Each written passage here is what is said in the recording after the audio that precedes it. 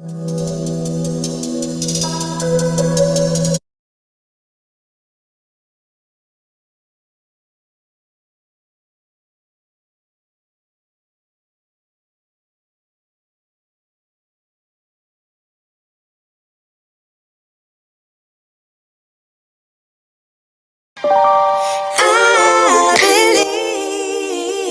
believe in you, me, you, me, you, me, you, me, yeah. I believe in you, me, you, me, you, me, you, me, yeah. Let's stay here for a lifetime underneath the moonlight, 'cause I don't want us to go. No, I don't want us to go. Yeah, you could be my lifeline, you could be my sunshine in a world so full of pain. Can you make it go away? It used to be so sad that love was lost, but now it's here to stay. Yeah, I used to be uncomfortable, but look at me today. Never thought I'd find someone like you, someone to show the way. But now I know you're the answer to my prayer. You and me must be right. Something's in the air, I can feel it now. You and me must do something right. We can't get enough of us. You and me every night, aiming for the stars with the love so bright. You and me must do something right. Baby, I believe in us. I believe in you and me, you and me, you and me, you and me, yeah. I believe in you and me, you and me, you and me, you and me, yeah. I'm sorry for the burden, sorry I was hurting, but my scars are almost healed. Yeah, my scars are almost healed. Yeah, I'm feeling like a child now, everything's alright now, and it's all because of you. You made the flower in me bloom. Used to be afraid of everything, but now there's no more fear. Yeah, I used to let nobody in and hide my face with tears. Always thought of you as someone who can love someone like me, but I was wrong. Maybe now I believe. You and me must be right. Something's in the air, I can feel it now. You and me must do something right. We can't get enough of us. You and me every night, aiming for the stars with the love so bright. You and me must do something right. Baby, I believe in us. I believe in you and me, you and me, you and me, you and me, yeah. I believe in you and me, you and me, you and me, you and me, yeah. You and me must be right. Something's in the air, I can feel it now. You and me must do something right. We can't get enough of us. You and me every night, aiming for the stars with the love so bright. You and me must do something right. Baby, I believe in us. I believe in you and me, you and me, you and me, you and me, yeah. I believe in you and me, you and me, you and me, you and me, yeah.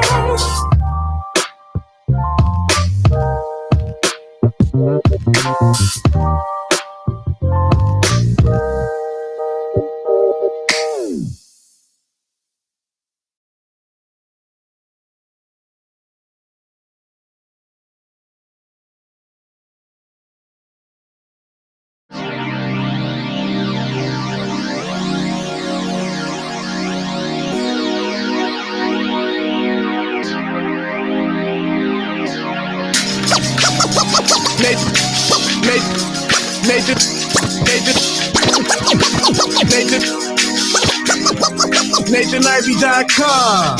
Mr. Ivey, know the show must go on. And far as Cincinnati, man, I put on. Tunes made another flame beat for me to cook on. Raised arms, close this, yeah, too strong. Team AI, chop it up at the chop shop. Top notch with the king flow, the hot shot. Cop squats in, listen to the real. Jumping like hopscotch, nobody harder than, oh, no, think not. Not only citywide, but nationwide. Superlatives, keep it locked like them Haitian guys. Put the truth in the airwaves, we talk about it. Brand new like the tent plates, let's be about it. Who got the info by the AM? Jono B, the rapper, got them jamming when they play him. Staying in my lane, they ain't gotta okay him. Who the host with the scoop? Yeah, they gon' say him. Ivey, so superlative like a bag of drippos. Show you where the bricks at, Cincinnati Reds at. One time where my people at. Team NI where my people at. It's the 513, yeah, you know the flow. What's the word, Nate? Let them know the show. One time where my people at. Team NI where my people at. One time where my people at. Good morning to you. Good morning, everybody. Welcome back. Nathan Ivey with you. And another beautiful day. Want to remind you, coming up today at the 6 p.m. hour will be the NAACP and the Prince Hall Masons. They're doing a school board forum. I will be your moderator. CDM will be the platform. You can watch it live via the Cincinnati NAACP's Facebook page. You can also watch it live on CDM's Facebook page as well and get a sense of who these individuals are. You've got two incumbents and four, we'll say newcomers, for lack of a better term. They're non-incumbents, they're challengers. And we'll get a chance to see who these people are. I'll say it again. Who's on the school board matters. And we all, if you didn't know that, we learned it during COVID. Every decision is a life and death decision, every single one. So it matters. It matters a whole lot. And so hopefully tonight we can provide an opportunity for you to get some information to make the best decision for you. Now, if you are the parent of a Cincinnati public school student, I know it matters to you. And it's not too late for you to shoot me some questions. You can direct message me some questions. I'm going to say not enough people have direct messaged me questions. Everybody got an opinion. Here's your opportunity. Take it. And don't think, oh, this is a dumb question or this is a redundant question. It don't matter. Shoot them questions to me via direct message. If you put them in the chop shop, I might miss it.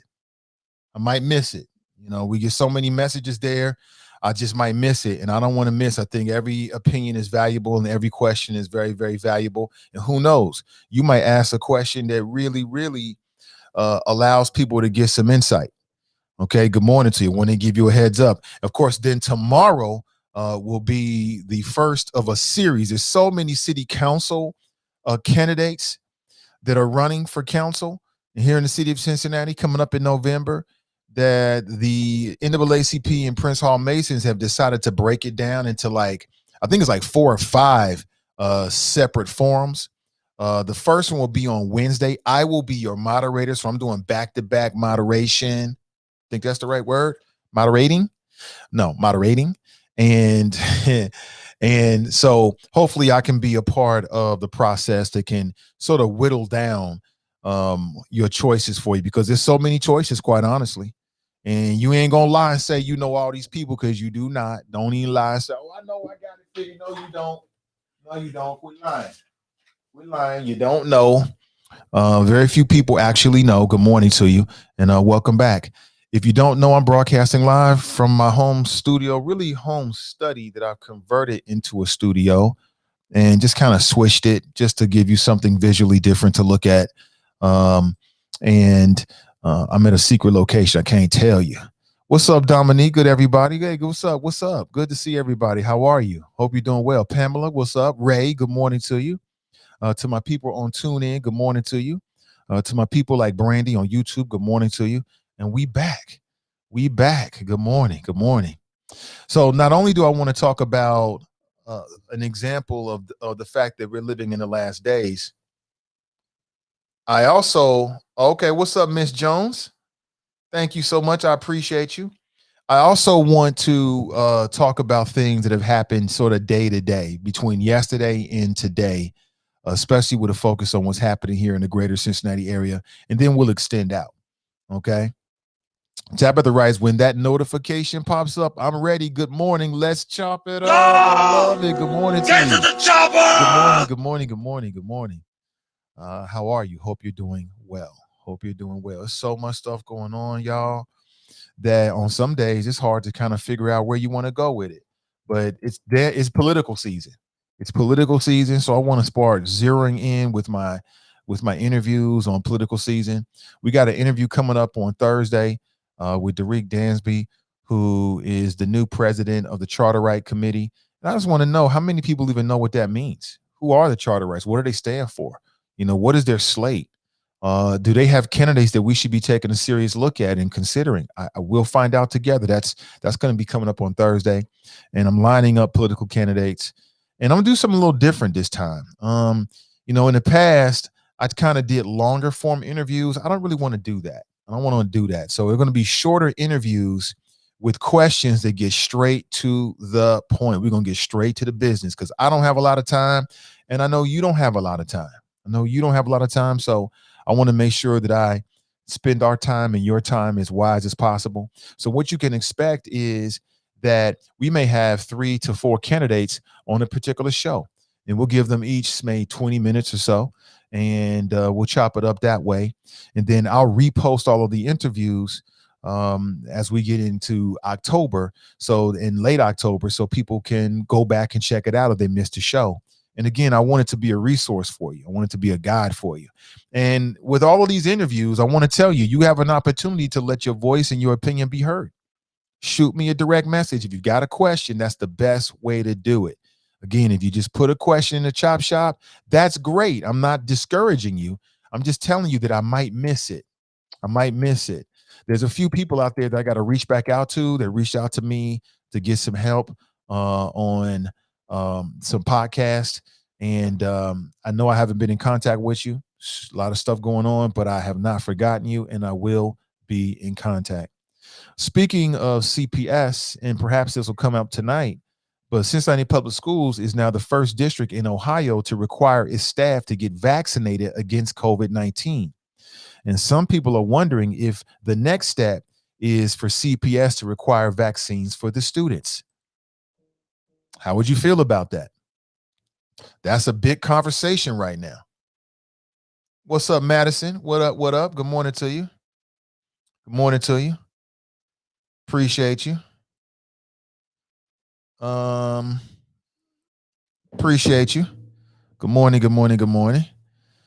Yeah, so now CPS is saying, look, you're going to work here, vaccine mandate for all the staff and all your workers, all of them.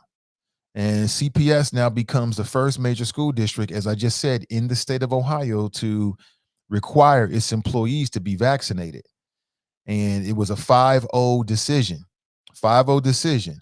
School board president Carolyn Jones and board member Mike Morosky were not president. I hope that Mike is going to be available. I saw on social media that he got something. He picked up something from his son. So I'm not sure if he's going to be in good health. I hope he is, because he's got a valuable opinion as an incumbent. But the show goes on. Quote, I think we have to do everything we can to make sure that we don't leave the classroom again. That's board vice president Ryan Messer. So there it is. How do you feel about that? And I think this affects Cincinnati and affects all of us, even if you don't have children in CPS. If you live and work in CPS, it affects you. We're all connected. And that's happening with a lot of businesses, as we know, nonprofits in the greater Cincinnati area as well. They're saying, look, if you want to work here, you got to get vaccinated. Yeah. And if we get notification that somebody that you came in contact with has tested positive for COVID, you got to go get a COVID test before, or at some point before you come back to the workplace, right? So I want to get your thoughts about it. Again, it seems like we keep talking about the same things, but this is what's going on right now. And again, as I said, what do you think about it? For me personally, whatever it takes to keep the children safe. People are required to get all types of vaccines.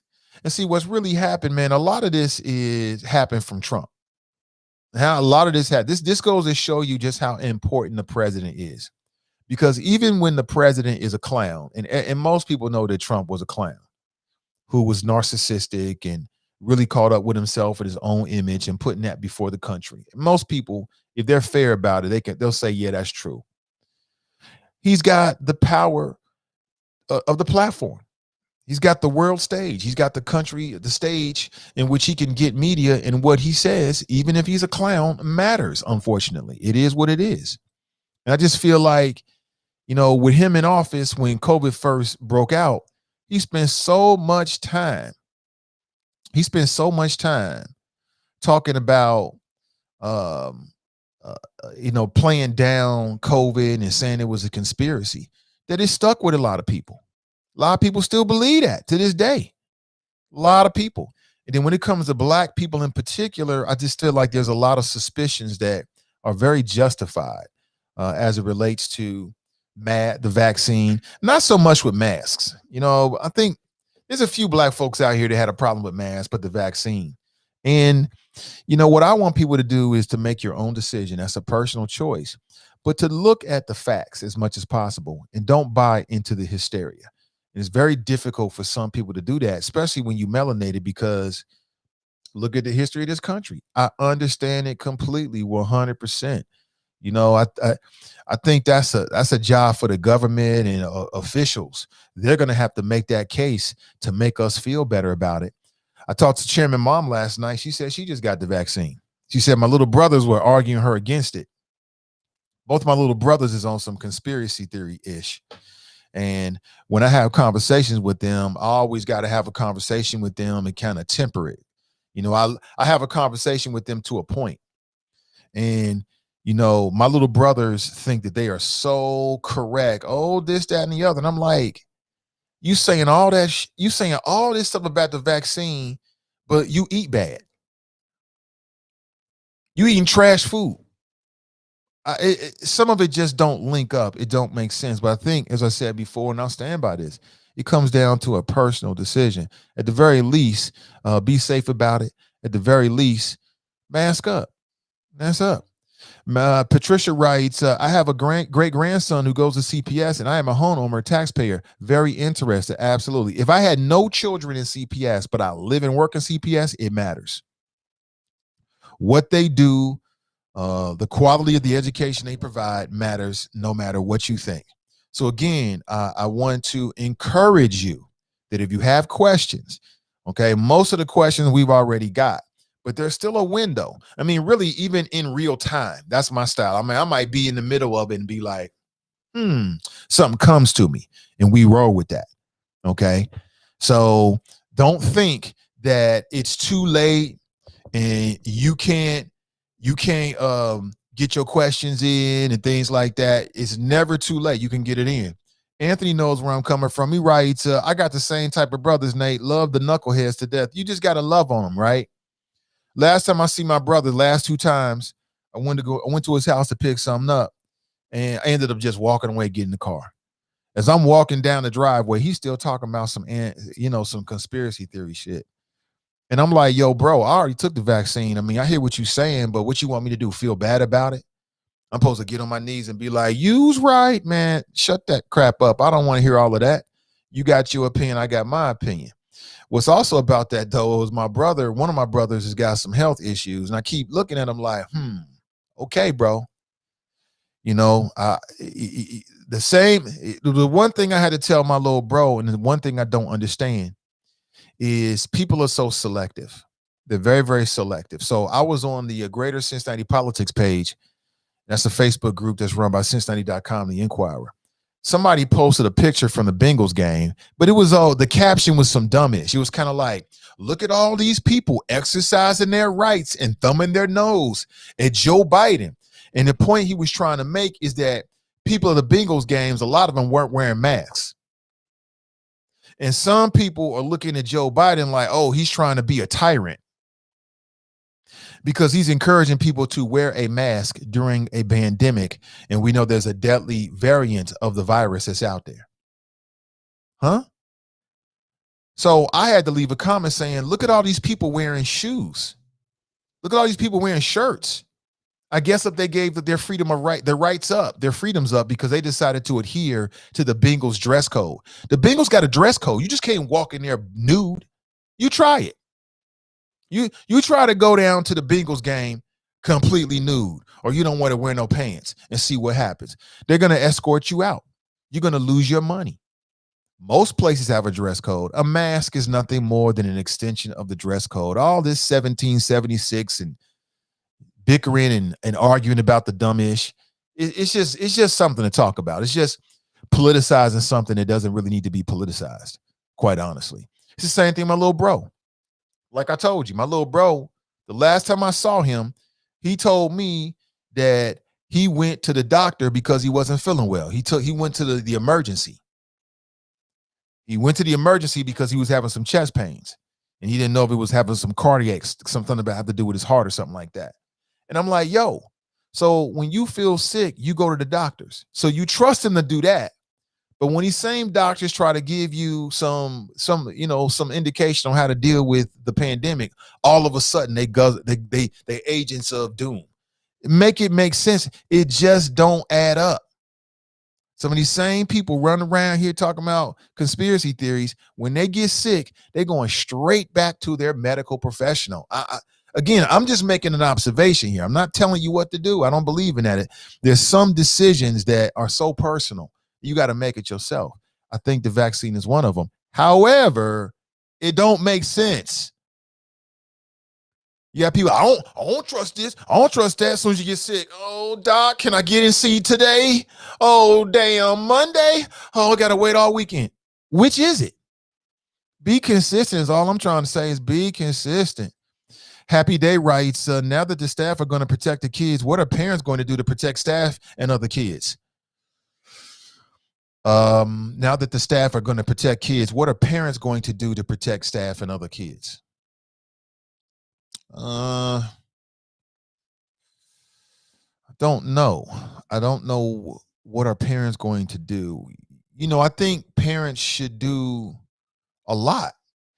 So last year, one of the reasons why I was in favor of kids staying home, even though it meant more work for me and my wife, that's what it does. I mean, she's an educator, but I'm not an educator. That's not my trained profession.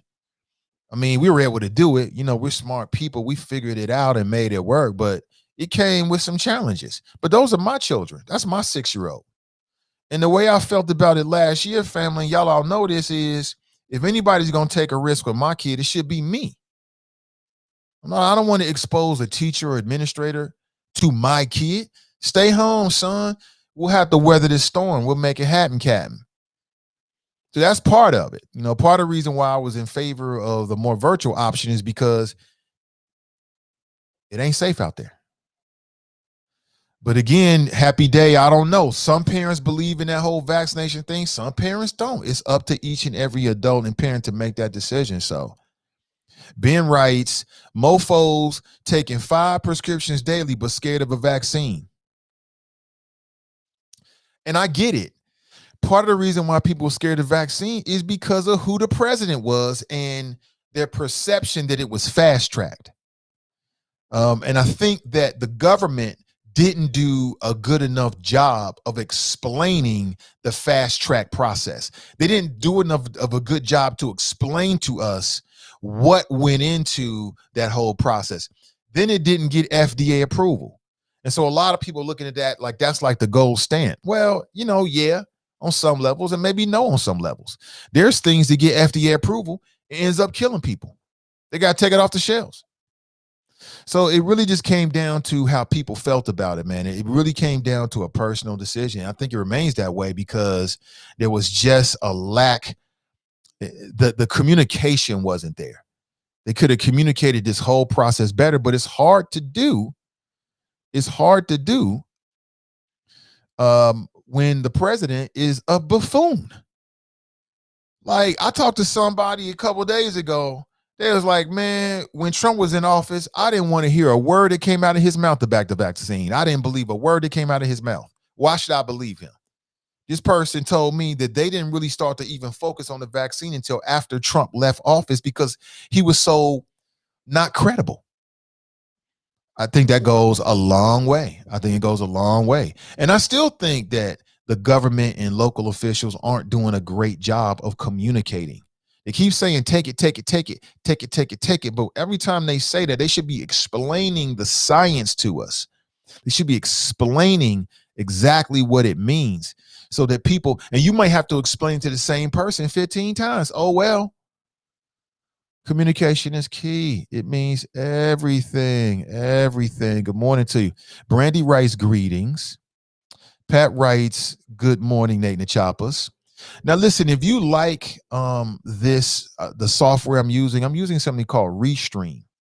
And if you want to try it out, let me know. Hit me with direct message, and I'll send you a link so you can get a discount if you want to try. Let's say you want to do your own live stream, something like that. Hit me with direct message. I'll send you a link that'll save you about $10 on it, and that way you could try it out, save a little bit of money. Just let me know. Tabitha writes, they read it already. Nakia writes, good morning, all. Eloise is in the house. I love that name. Good morning, Eloise. She writes, good morning, happy Tuesday. Dominique writes, what's up, Nate? What's up, Minister? Charles writes, good morning. Grand Risings, Nate and the Choppers. Good morning to you. Get to the chopper! Gotta get that in. There's there's three things that have become obligatory in each and every show. Number one, I'm going to turn the mic off in pantomime.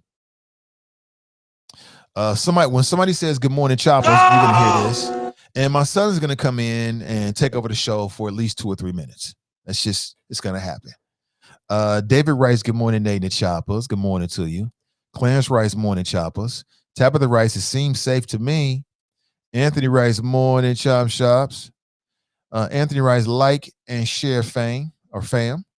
Brandy writes, good morning. It's Tuesday. Let's make it a great day, people. Oh, absolutely, man. Absolutely. I wake up happy every single day. Every time I open my eyes, I'm happy. Beautiful. Regina writes, good morning. Cass is in the house. She writes, hey, Choppers. Kush writes, good morning, Nate and the Choppers with a Z. Jocelyn writes, it must be so difficult to have family members who are resistant to the vaccine. Thank you for speaking out and encouraging people, whether in your family or in the public. Well, Jocelyn, I'm just encouraging people to look at the facts. Look at the facts, make the decision for yourself, because I 100% understand anybody that's hesitant. I completely get it. I get it. I was hesitant. But I'm also a cardiac patient, and I got to be smart. And I got a 6-year-old that goes to school. I got a 16-year-old that goes to school. So I have to think ahead. Tiffany writes, good morning. Yeah, my little brother's is nuts. So I'm talking to Chairman Mom. That's my mother. I refer to her. And she gets a kick out of it. It's funny because she was a dictator when we grew up. She was like a cross between Chairman Mao and Saddam Hussein. She was a cross between the two of those. and baby Doc Duvalier. She was a cross between those three. And she ain't played no games at all. But she was a smart, intelligent black woman. She ain't played no games. And she told me last night she got the vaccine. She was like, but your little brothers keep getting on me. I'm like, let me call them up and tell them to back off moms. I'm like the red guard from a Chairman Mom. Back up off of her. My brothers are both. And again, I respect their opinion. That's them. Do what you got to do. Anthony writes, I got the same. I think I read that already. Deborah writes, good morning, Nate and the Choppers. Fame writes, good morning, folks. Hashtag alt middle here to regulate, mount up. You ain't regulating a damn thing. But your lips, your own mouth, that's about it. He's talking about he regulating. Jerome writes, good morning, Nate and the Choppers. I'm regulating. I'm here to regulate. Hell, you think you are? I'm joking with you, bro. Having some fun. Hey, what's up, Courtney? Good to see you. She writes, and their kids are eating trash. I often ask those who say they don't want it, what's in it? What's the 5th ingredient in the Pop-Tart box of that cereal crickets? People, do your research. What's the 5th ingredient on the Pop-Tart box? I gave up pop. I used to smash Pop-Tarts. Oh my God. I miss Pop-Tarts. Are there any vegan Pop-Tarts out there? Speaking of which, I have decided to make that transition permanent and complete. I have been mostly plant-based for the last year at least. But now the only thing that I was eating that was meat-based was salmon, and the best salmon that I could get in the Cincinnati area, and eggs, the best eggs that I could get in the Cincinnati area. If you want to know what that is, hit me with direct message. I'll let you know. If you're going to eat meat, you're going to eat meat protein, get the absolute best. None of that, none of that, whole chicken for $5 type shit. That's not the good chicken. You don't want to eat that crap. If you're going to smash the chicken, you're going to smash the beef, you're going to smash the swine, get the best quality. It'll be healthier for you.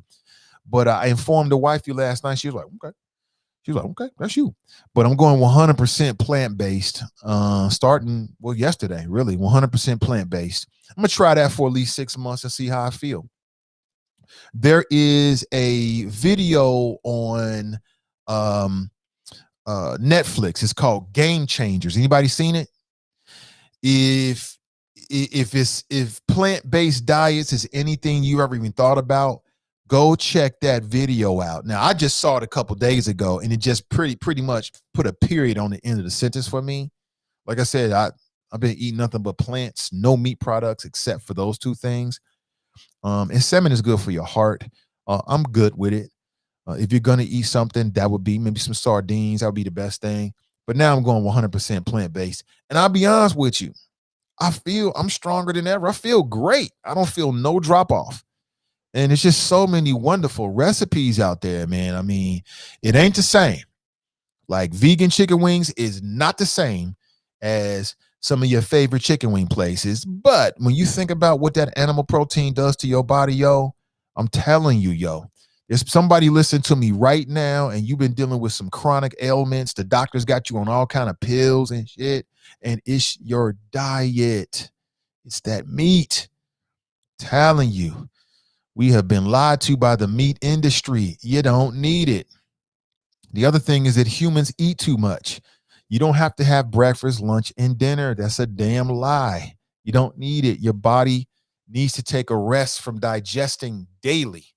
Most people eat the wrong things, and you're eating too much. Cut back.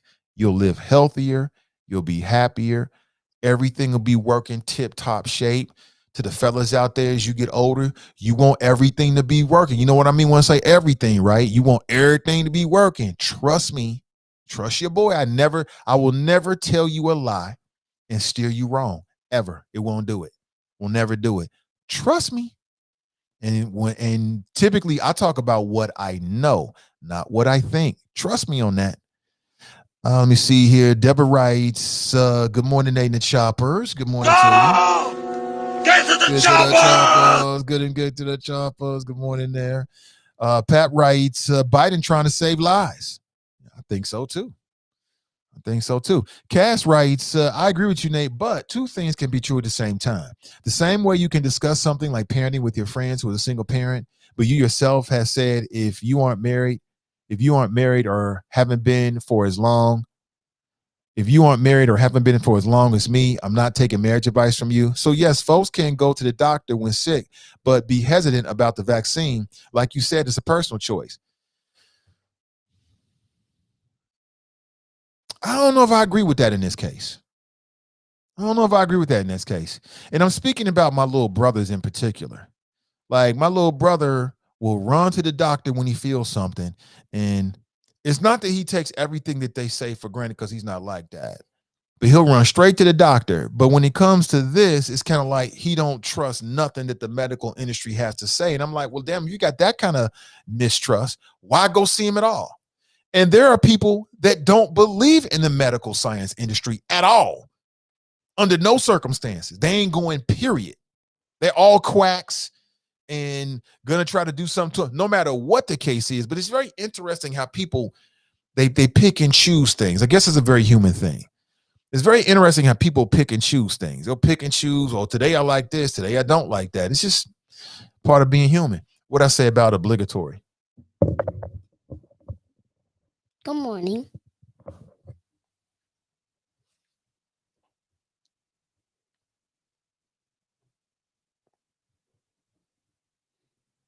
I'm going back to school. And Daddy In the middle of the night, he woke mommy up, What? and then he woke me up, and then he came back downstairs and he watched TV too loud. Then he woke me up and mommy up and Kendall. That's an interesting story. You gonna say good morning? Oh, did you? Good morning. Go! Get to the chopper!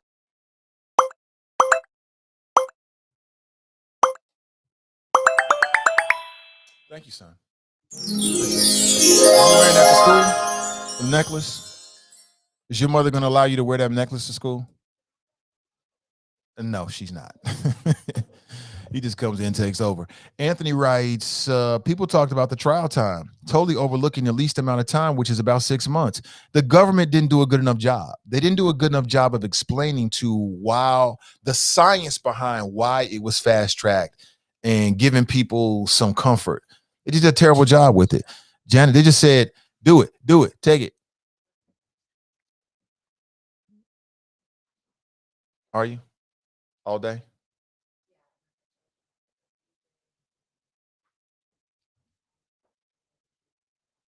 Okay. Janice writes, good morning. Jane writes, good morning, everyone. Good morning, everybody. Anthony writes, it's only human for people to center on the informed that supports the biases that already have, Nate. Exactly, you're right. Daryl writes, good morning, Nate and Chopper. Say good to see you, Daryl. Kelly writes, good morning. Tabitha writes, I would do anything to live. I want to be here. It's God's plan. Now I need to learn how to eat right. I'm not saying it's easy because habits are hard to break. I'm not saying that, but I want my peoples to live a long, healthy life. That's what I'm looking for. I want you to live to be as long 90, but I want you to be one of them 90-year-olds where everything's working. You out here, doing 100 push-ups and 50 pull-ups in 5 minutes and all that kind of stuff, living your best life. You know what I'm saying? Anthony writes, I ain't giving up mistakes, Nate. Not happening, bro. Well, the only thing I would encourage and say to you, Anthony, is if you're gonna eat steak, get the best quality steak you can get, bro. That's it. And just do a little research. Do a little research, man. Go to YouTube and search baby videos. What's the third, fourth video that pops up? I saw that Tariq Nasheed posted that question, that challenge. I don't know. Do it right now. What do you say? Baby videos? Okay, I'll do that. Baby videos. Let me see. Baby videos. Oh man, you talking about Lil Nas X and Jack Harlow, Industry Baby? Terrible. Yeah, and I don't like it, and I don't like the video. Medium Buddha saying, yeah, 10 out of 10. Now, obviously, I got to restrict her access to the internet now. Oh yeah, I get it. This is terrible. This is absolutely terrible. My daughter said we just hate us to the black gay community. She's one of these generation. I'm not sure what she is. Z, I think it is. So they got a whole different perspective. Yeah, I see it, man. See, the problem with it is, and I'm not sure if it's a problem or not. Like, are babies going to be on YouTube typing in baby videos, or are adults going to be on YouTube typing in baby videos? So I see what the issue is. You got this long list of videos that are made for children, and then you got this video with Lil Nas X and Jack Harlow, Industry Baby. You got naked dudes dancing around. Yeah, but how many babies are going to be on YouTube? I don't know. I'm concerned about you, Anthony. I'm concerned about you, bro. I'm concerned about you. Tiff writes, make sure you get your protein and B12. Those are the most important things a lot of non-meat eaters do not get enough of. No, that's not true. Perhaps B12, perhaps, but you're going to get plenty of protein from a plant-based diet. That's one of the biggest misnomers, Tiff. One of the biggest misnomers or the miseducation is that you got to eat meat to be protein. Where do you think the protein comes from the animals that you eat? It comes from their consumption of plants. That's where the protein comes from. My man, he likes steaks. You like cattle? What do cattle eat? Plants. That's where they get their protein.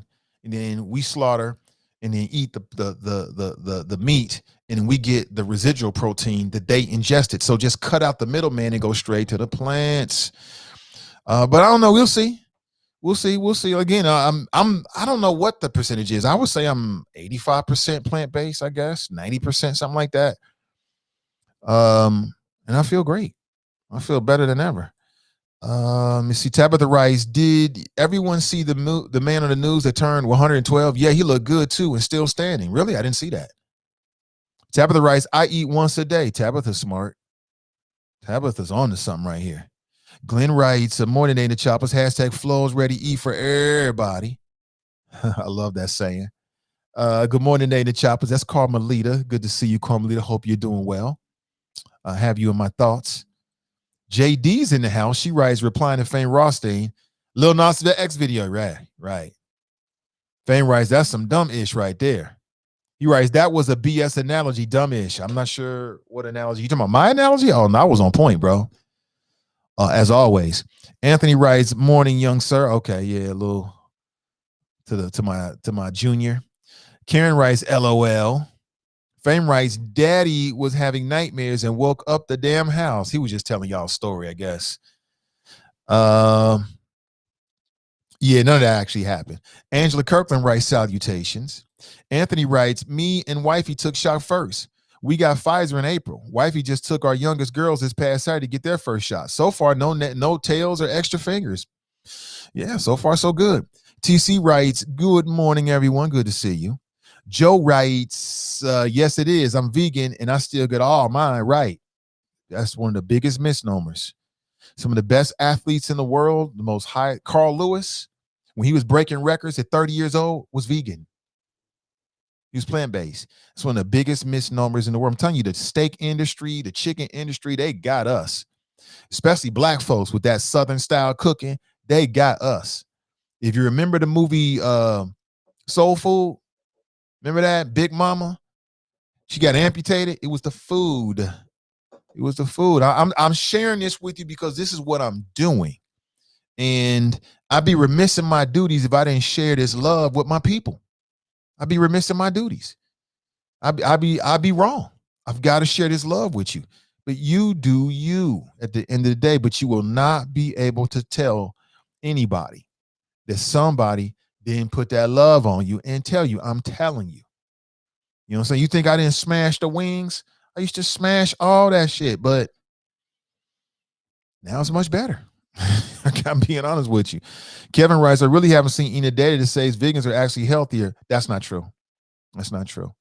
Kevin, I don't know where you be getting your facts at, bro. That's not true.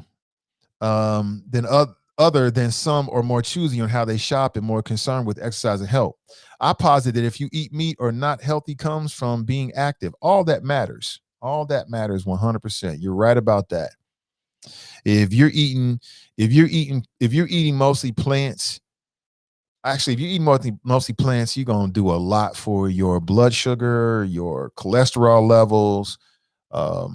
If you got diabetes, if you are having issues with your sexual performance, if you're an athlete, mental clarity, just the list goes on and on and on. There's no doubt about it. But there's just, and see, I'm telling this with my people, man, because every single day, this is a majority black audience. That's who I speak to. That's who I serve. And every month we hear about how black people is dying because of diabetes, hypertension, heart disease. And in a lot of cases, these are self-inflicted wounds.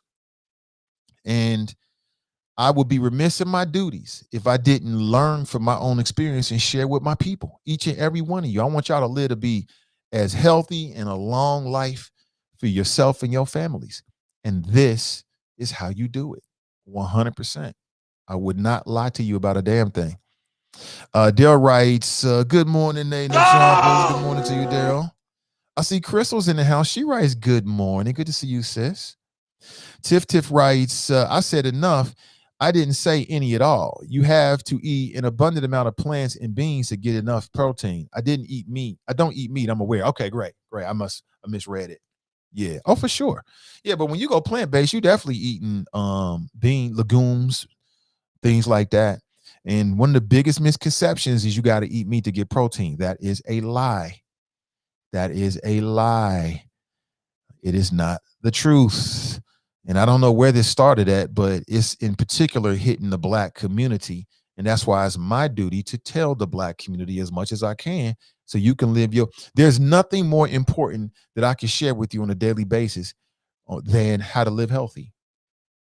Nothing else matters more than your own health. Nothing. There's no topic that's more important. I don't care about the school board. None of that shit matters more than your own health. Tell me I'm wrong. That's why I'm sharing it with you, because I care. Terrence writes, good morning, Nate and Chopper. Stay woke, family. Absolutely. Part of being woke is being woke about food options. And what I would challenge anybody is just try it. Just try it for a month. Just try it for a month and you tell me how you feel. Just 1 month. Glenn writes, did you give the Chopper prayer this morning? Oh, I didn't. Sorry about that. Lord, forgive me for my brash delivery. They know not what they do, Lord. There it is. I'm good. Got to keep one eye open these days because suckers try to get you when you got your eyes closed. I can't have that. Callie Amina writes, my sister is vegan, has sickle cell, and has not had a bad episode in the last 10 years. I'm working on it, though. I'm telling you, go on Netflix. Go on Netflix. Everybody has Netflix. Search for a documentary called Game Changers. Watch that documentary. And if you find fault or have issue with anything you see in there, and I'm not saying everything is 100%, but you go check that out and then do your own research and you tell me what you find. Tell me what you find. If you're like, oh man, Nate was on some BS. Okay. Hey, what's up, Zakia? What's up? Well, we got OGs in the house.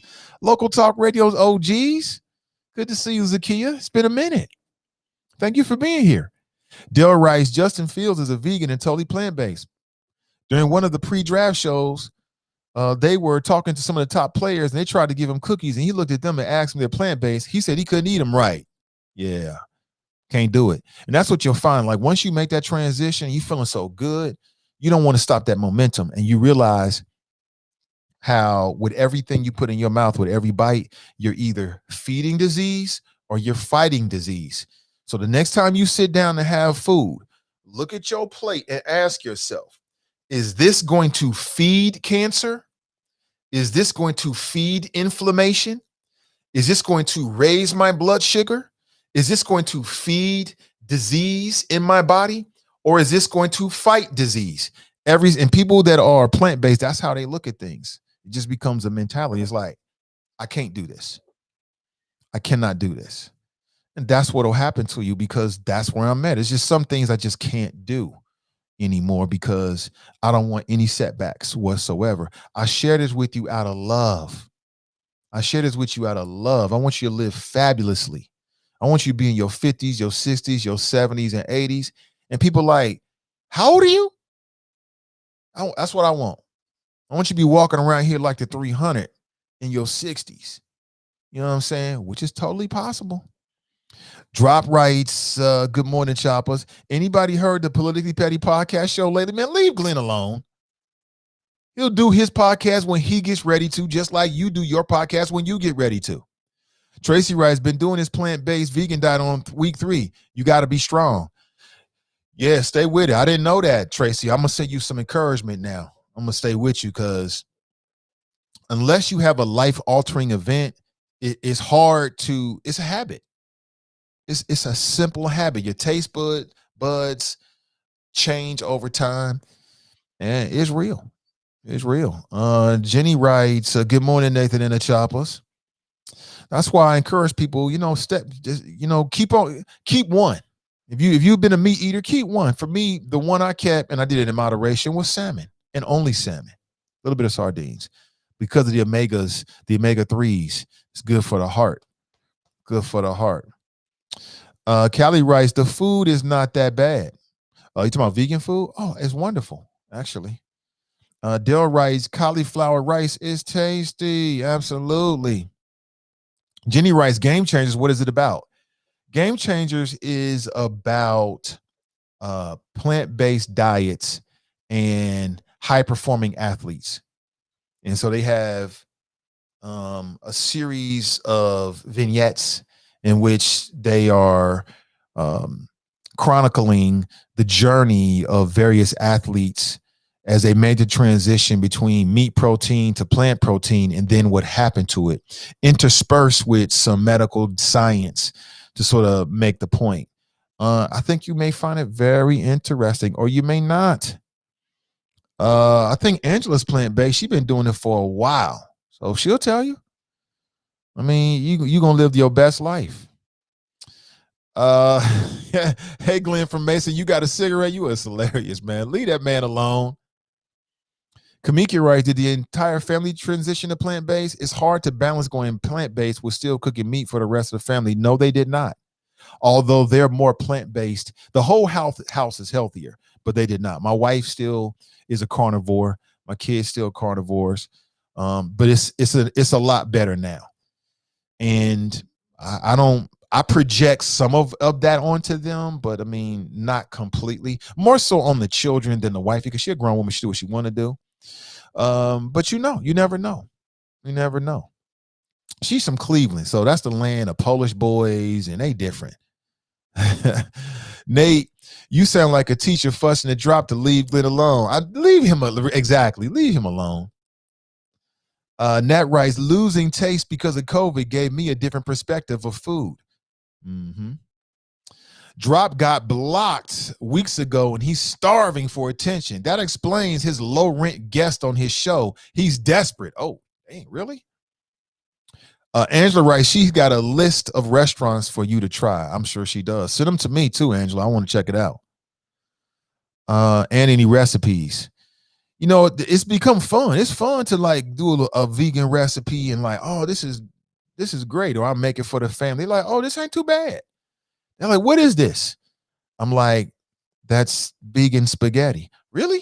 Tastes like regular spaghetti. I mean, I'm telling you, the way it's different now, y'all. It ain't like it was 15, 20 years ago. 15, 20 years ago, the options were slim. Now, they got everything.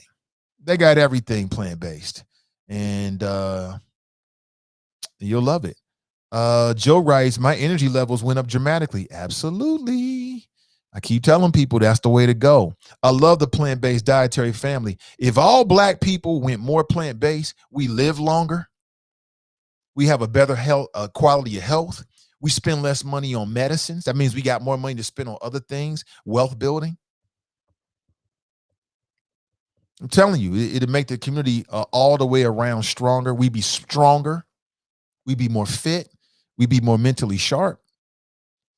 Jenny writes, I was vegetarian for 3 years. I will get back to it eventually. Right now, focus on no sugar, less salt, staying under 14 calories per day. Yeah, all of that. That sugar, that white sugar kill you. James writes, you're looking good, brother Nate. Thank you so much. Next time you see me, you're going to be like, is that Nathan Ivey? Yep, that's me. I'm going to be walking around here like the 300. Watch. You're like, what did he do? I'm telling you right now. Dale writes, Facebook is tripping again. Is it? Facebook don't like me right now. Don't like me. But let me get back to the cover story here because we're kind of getting away from the conversation. I just wanted to share that with you a little bit because I feel like that's why God saved me, to share some of that with the audience. And like I said, I love you. I want you to live your best life. I want you to live long and healthy. And I'm never going to tell you a lie about a damn thing. It's never going to happen. But let me go back to the cover story. Let me throw that up here right now. We are living in the last days. Here is an example. And I'm not here to tell you this is sort of like the biggest story in the world, but it's something that caught my attention over the last 24 hours. We've talked about this several times, and that's the whole thing about transgender athletes. There's a big conversation nationally about transgender athletes in high school and should they be allowed and things like that, where I'm not sure if you're aware of it, but there was an MMA fight. Her name is Alana McLaughlin. Alana McLaughlin. That's Alana with the pink hair on the right. That's also Alana on the left-hand side. Alana was born a man who was in special forces. Now Alana is living as a woman who's an MMA fighter. She just had her first fight. Her debut was Friday night. And what do you think happened? What do you think happened when this man, now a woman, this man who was in special forces, is now a transgender MMA woman athlete? What do you think happened? Well, Alana went up against a biological woman. What do you think happened? Well, Alana beat the hell out of her. Beat the hell out of this woman. And ended up winning the fight with a submission. And I don't know.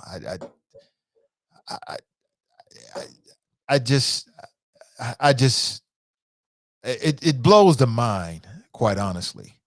It blows the mind how this is even fair. I just don't understand it. Like, I think that I have no issue with being people transgender. If you feel like you have body dysmorphic, whatever it is, and you feel like you're really a woman and you want to be a woman, you were born a man biologically or vice versa, I 100% support your transition.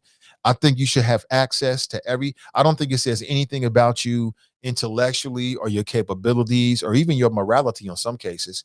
There might be people out there that are heterosexual and don't make a transition who have less morals than people who are transgender. I have no problem with it whatsoever, except when it starts to infringe upon the rights of other people. And how you going to be in high school, a biological boy, you now said, I'm a girl, I want to be a woman. You grow your hair out, that's it. And you're competing in high school girl sports like track and field. It just doesn't seem fair to the girls because men have denser muscle fiber. We're physically stronger. That's the way God made us. It just doesn't make any sense. To me, this is a sign that we are living in the last days when this kind of issue is acceptable. And I'm thinking, who in the hell would even want to go see a fight like this? Like, would you want to go see something like that? I've read that since the fight on Friday night, Alana McLaughlin has received a lot of nasty messages and a lot of backlash. Quote, transphobes are just making my block hand stronger. And I don't think that makes you a transphobe. I'm not transphobic. I would hire a transgender individual if they can do the job. I don't really care about that. You know what I'm saying? But I think there's certain situations where it just becomes very, very unfair to the other individuals. Alana McLaughlin, her nickname is Lady Feral. Lady Feral. I don't know what that means. Like a feral cat or something like that. I don't know what that means. I don't know what that means exactly. But it just seems very unfair to me. And I really want to watch that. I really want to watch it. Like if I went to a high school track and field match and it's girls, let's say my daughter decides she want to get track and field next year. We go to a track and field meet and she's up against a transgender boy, like a boy, a competitor who's competing as a female, but is biologically a boy, a male of the species. How is she going to have a chance?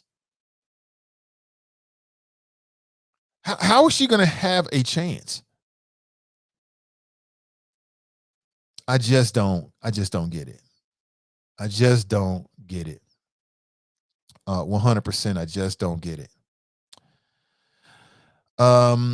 Now the first ever sort of combat sports transgender male, meaning, was Patricio Manuel, made boxing history back in 2018 when he became the first transgender male to compete in pro boxing.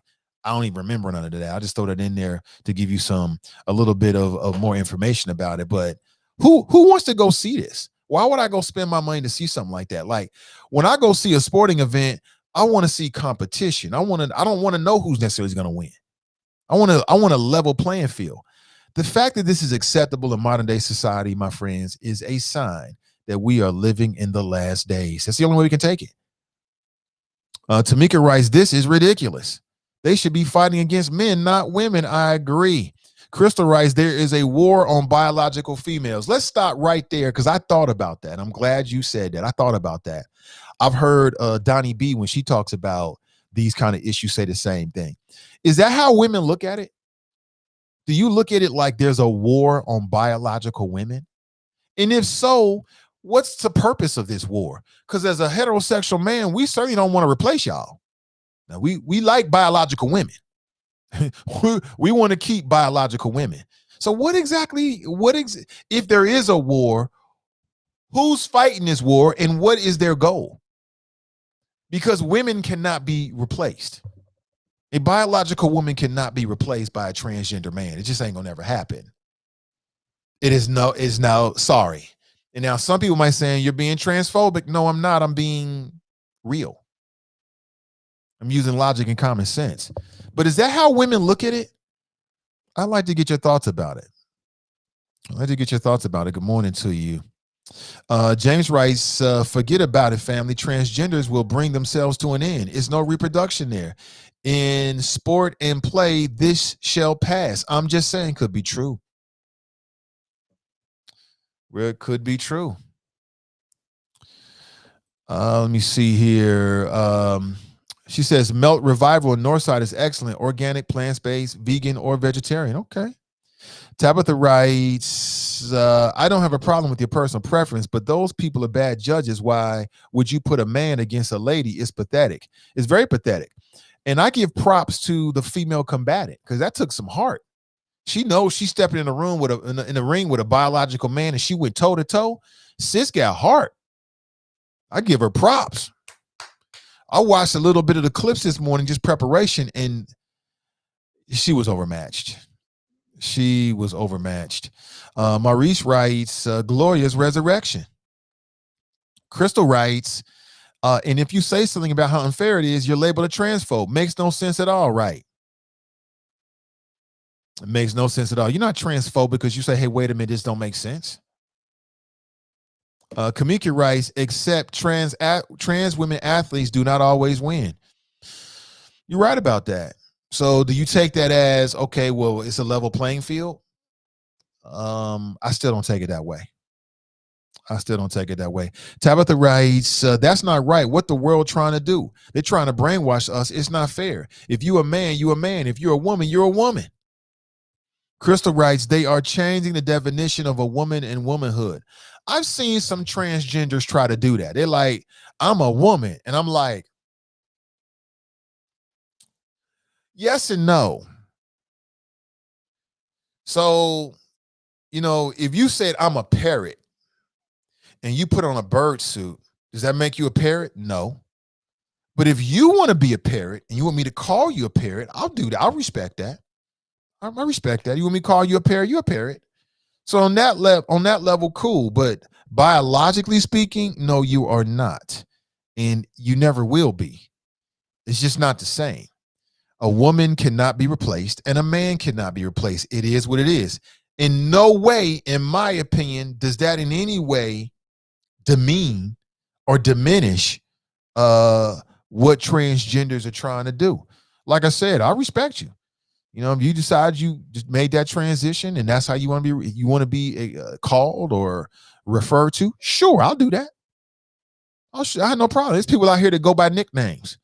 You was born one thing, you want to go with your hip hop name, sure, I'll call you that. I got no problem with it because I want you to respect me the same way. But in my head, I already know what it is. I'm just saying. Drop Rights to Fame and Senator Lackey are both choppers and not low rent guests of the Black Not Democrat podcast hosted by, okay. Akeem writes, yo, Nate, you want to bet that Drop voted for Caitlyn Jenner in the California governor recall? No, he voted for Larry Elder that'd be the worst thing ever for the country in California if Larry Elder becomes the governor. The worst thing ever. But it'll be the worst thing for black folks. And you can see it on his face. You can see in that crazy ass jawline. Maurice writes, did y'all see this dude, Lil Nas X, in that purple dress? Attack on masculinity. I didn't see it. I saw the dress that Russell Westbrook was wearing. I mean, nothing that another man can do can attack my personal masculinity. I don't give a damn if every man in Cincinnati was wearing a dress. That's y'all. But are there some impressionable minds out there, Maurice, that can get caught up in this kind of stuff and lose who they are? They don't really know who they are. So when someone comes along that they think is presenting to them a good example, they'll just go with it. Sure. That's not me. For me, any man whose masculinity is going to be affected by what another man is wearing, like another man is wearing a dress, you start thinking like, never thought of it before, but maybe I should wear a dress. Then what I would say is that person had other issues. They already had issues. So their issue is bigger than what Lil Nas X is doing. Lil Nas X he can paint his toenails. He can get a breast implant. He can get his penis removed and get a vagina, put in. He can wear dresses. He can wear mascara, and none of that ish means anything to me. None of it. Every man in Cincinnati can be like, you know what? Today is wear a dress to work day. That's y'all. So I'm just not built like that. But I don't have an impressionable type of personality. You know what I'm saying? And if you do, then your issue is not Lil Nas X. It's you. That's how I look at it, Maurice. Nikki writes, good morning, beloveds. Good morning to you, Nikki. Always good to see you, as always. Anthony writes, just as a monkey wrench, don't a lot of females say they want to have heat opportunities to compete with men on every level? They ask to have an equal playing field. They're talking about on the workplace. Like they want to be considered for leadership positions on the workplace in our society. I don't think that means it like at the Olympics. Like when you go to the Olympics, track and field, you got the women's track and field events and the men's track and field events. Those track and field female athletes are elite, but they wouldn't stand a chance against the men. And I don't even think that's fair. I don't even think that's fair to the women or even to the men either, actually. So I think that when women are saying that, Anthony, they're talking about like in our society, on the job, being considered for leadership positions, things like that, which of course you already know. Roy writes, good morning, everyone. Angela writes, she's right, stick with it. There's an abundance of healthy and tasty choice. She's right about that. I've learned over the last year that it's just not like it used to be. If you're trying to go plant-based, taste and things like that should not be a hurdle at all. Crystal writes, she agrees with Maurice. Okay, sis, really? We doing that? Angela Johnson writes, good morning, Choppers. Good morning to you. James writes, depopulation, oh boy, and population control are military tactics thrust upon society in these last days. Oh boy. Good morning to you, James Muhammad, as always, brother. Got OGs in the house. We leveling up. We leveling up. Omar writes, Omar's back. What up, Omar? He fresh from Facebook jail, man. Good morning, Omar. Good to see you, brother. Man, stop saying wild stuff on Facebook and getting yourself kicked off. Stop saying wild stuff on Facebook, man. Good to see you. Crystal writes, penis swinging in the women's spa pool means you're a man. The Y Spa incident showed me how serious this thing is. Penis swinging? I don't know what that means. I don't know what that means.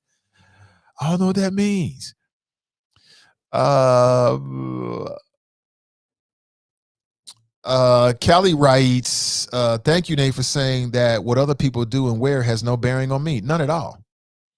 None at all. My masculinity is firmly intact since birth. But, there's some young impressionable, or not just young, there's some impressionable minds out there. Pat writes, I don't understand Lil Nas X. Must be my age, I guess. He's doing him. I understand Lil Nas X completely. He's doing him, and I'm okay with that. I'm standing my ground, as James just said. Darlene writes, good day, Nate and Choppers from OTR. What's up in the OTR? Living good down there, huh? Good morning. Angela writes, replying to Fame, but to answer your question, Herban Vegan is black owned, just opened near Finley and serves seafood inspired vegan plant based cuisine. Okay, I'm gonna go check them out. Herban Vegan. Okay. Anthony writes, we have women in the service that are fighting to be put into combat roles, Nate. Yeah, but isn't that different? I think that's a little bit different. I have no problem with a woman in combat or a woman in military. If I'm going to war, I don't care what your gender is. All I care is that you point your weapon at the same people I am.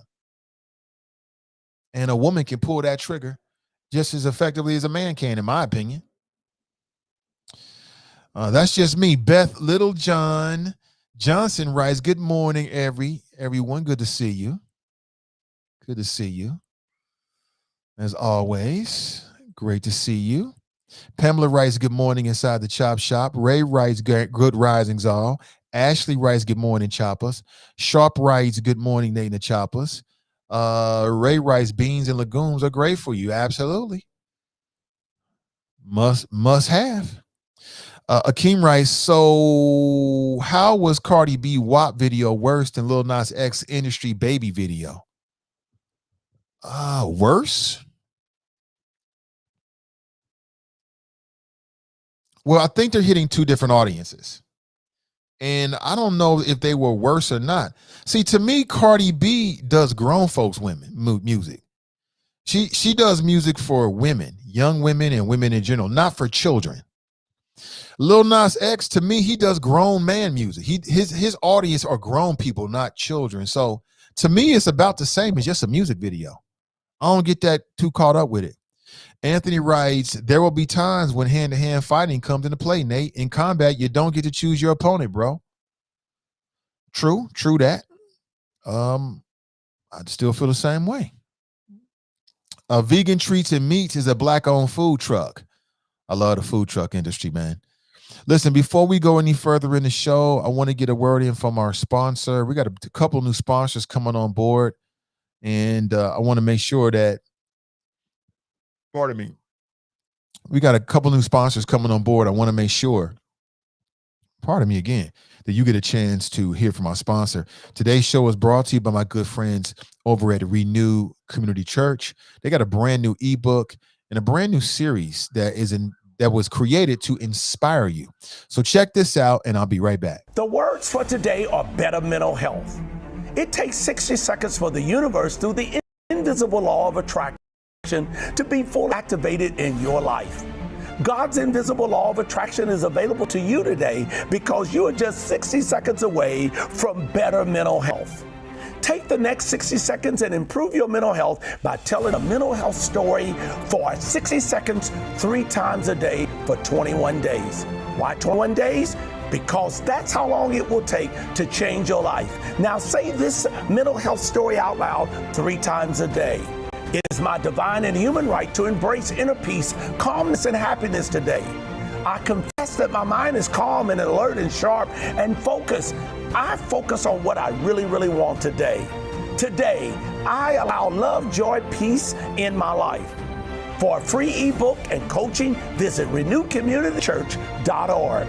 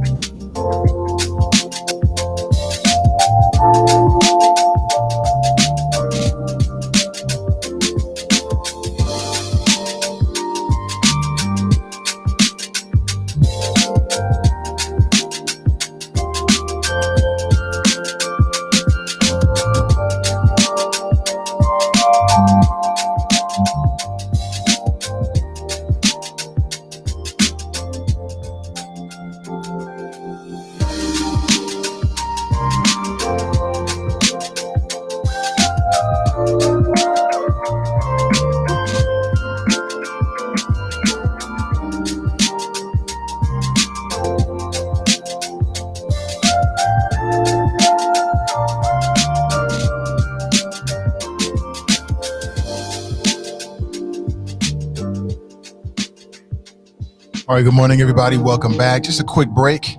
Remember, happiness is not something ready-made. It comes from your own actions. Everybody want to be happy. Some people are struggling on how to do it. It's about what you do. When was the last time you were happy? You don't have to put it out there, but I'm just asking you. When was the last time you were happy? Are you happy now? What's stopping you? What's stopping you? Good morning to you. 513-873-7134. And some of y'all know I have been openly talking about my, how do I put this? It's not a frustration, my search for what I want to do with this platform. And I had a conversation with somebody whose opinion I really, really appreciate and really, really respect, who's in the media industry. And this person was able, it's amazing how just talking with somebody can just kind of just make things so clear for you. And this person was able to sharpen my focus a bit. And I really appreciate you. If you're listening, you know who I'm talking about. I won't put no names out there. It's unnecessary. Anthony writes, when I woke up this morning, saying, that's a great question, great answer. That's same here. I'm happy now. I was happy yesterday, day before that. Great to be alive, man. It's all about a mentality. James writes, my question is, this dialogue would be, what are we teaching our children, our future? Also, what experience will we deny our children, our future? Good morning to you. Hey, Sandra, good morning to you. Let me see. Zakir writes, great teaching by Charlie Winburn. Join us on Facebook Live Sunday at 11:45 a.m. I agree, most def. Let me see. Jared writes, anybody hear about the Chase law student shot and killed in Walnut Hills of the weekend? Very sad story. Yeah, we spent some time talking about it over the last few days, Jared. And the update is that it came out that it was self-defense. And I'm like, so was she killed in self-defense? That's how the article that I saw yesterday read. As if she was a threat to somebody and then somebody shot her in self-defense. Or was it that somebody was trying to do something to her and she was trying to defend herself and got killed in the process? I still don't know. But Jared, thanks for reminding us. Yeah, we definitely are watching that story, Jared. And it's terrible, man. It's terrible. Anybody lose their life? A young woman had 2 kids. I think she was 30 years old, 2 kids. You know, she got everything in front of her. And then she's found dead in Walnut Hills of all places. Of all places. So we still don't have, her name is Sierra Allen. We still don't have all the details, Jared. And it's a story that I'm following. So if you get more information or anybody does, please post it maybe in a friends page or post it here, link here. Speaking of posting, tonight will be the NAACP's School Board Forum. I will be your moderator. It's going to kick off tonight at 6:30 p.m. from 6:30 to 8:30 p.m. You can watch it live here on Facebook at the Cincinnati NAACP's page. We're also going to stream it on CDM's page as well. And I'm in the process of repurposing that page. I'm just going to move some things around. I want to do some things with the friends who like the Nathan Ivey Show group as well. I've only got one issue with that group. But you'll see, we'll see what happens. So don't be surprised. You'll be the first to know, but don't be surprised. And if you have any questions for school board candidates, send them my way. Don't put them in the chop shop. Send me a direct message. Send me, and I'll respond with a thumbs up, but hit me with a direct message and we'll take it from there. Okay. You might have a question just like, nobody thought about. So we're pretty much tight with the questions already. The Cincinnati NAACP does a great job. And then of course I'm going to do what I do as well. So we pretty much got our table of questions set, but there's still room open for you, even during the forum. I'll make sure we leave some room open. And what should you expect? You should be expecting a range of questions about the most serious issues. You should be expecting questions in particular about Black people in Cincinnati. And you should be expecting that your moderator is going to follow up with questions and demand answers. So we're not looking for vague. I'm not looking. This is not being about being disrespectful to anyone. That is not my style. But the audience and our time is important as well. So we want to make sure we get the most out of it. You've got two incumbents, Pam Bowers and Mike Morosky. So we'll figure out what's going on tonight. Again, if you have questions, direct message me. I promise you, we'll try to mix them in. Okay? You might have a super dope question, so don't underplay yourself. Don't undersell yourself. Your opinion matters. Let's go to the phones. Good morning and welcome. Good morning, Nathan. This is Fame Rothstein from the esteemed alt middle crew. Good morning, Fame Rothstein. How you doing today? I'm doing great, brother. Welcome. Yes, sir. I think that the biggest thing you should have a problem with the Friends of the Nathan Ivey show group is that the alt middle isn't in it. I thought that should be your biggest concern about that. I've told you that for months that we weren't in it. That's why I got so pissed at people talking about me while I'm not in the group. I sent out a membership or a request and nobody responded. So I just said, okay, I guess they don't want us in. Nah, that's not true.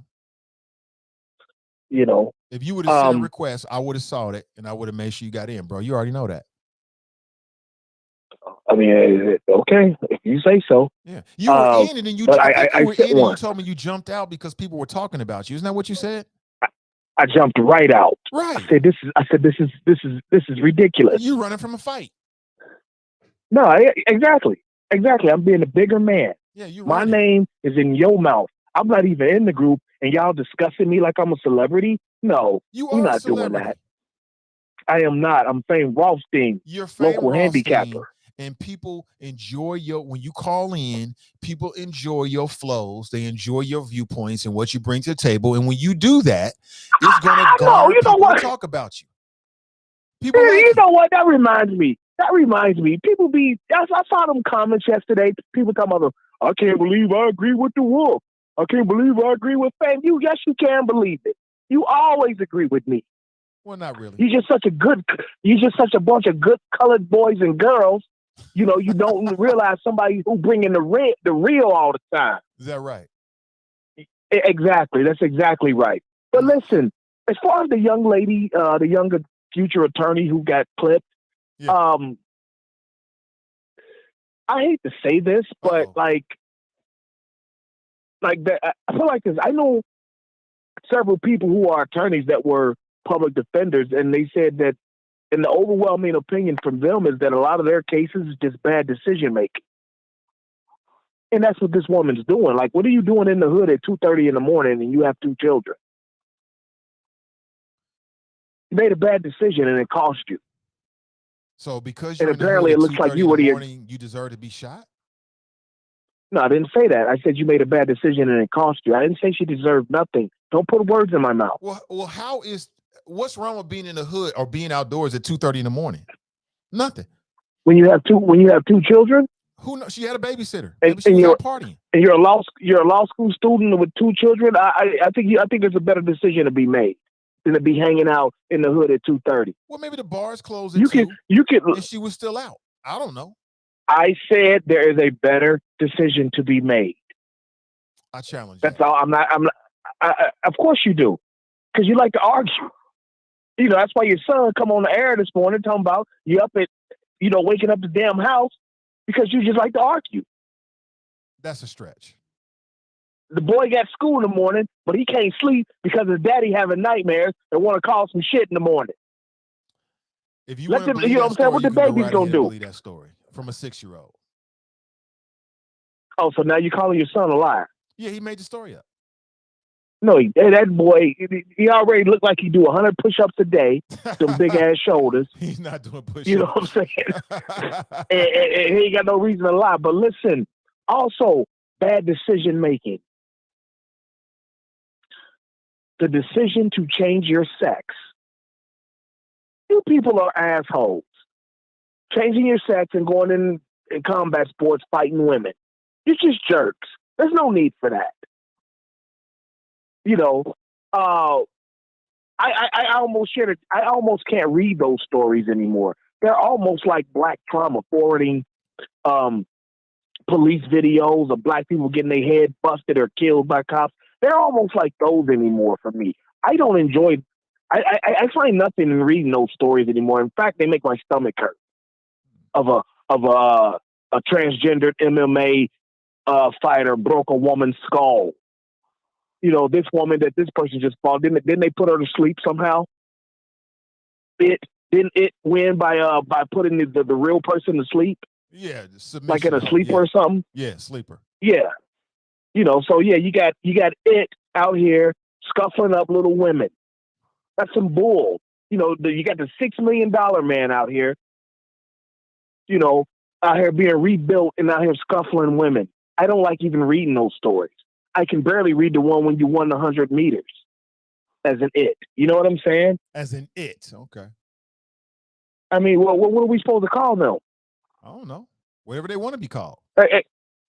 That's the first pronoun I can think of. I mean, I don't know what you are. We live in I don't know what you are. Stage names and internet names and pseudonyms. I mean, hell, I just go with the flow. Tell me that wouldn't be a dope stage name for a transgender rapper. MC It. It wouldn't be a dope stage name. I'm the It. It wouldn't be. Y'all like my name. It. Y'all like, come on, man, quit hating. It wouldn't but be listen, dope.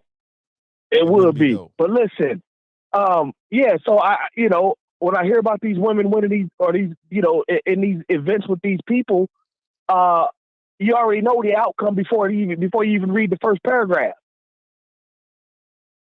You know, it makes no sense that they would even have such an event, especially a combat sport, you know, a sprint, a race. I can see that. But they shouldn't be crowned state champion. But a combat sport, that's like you're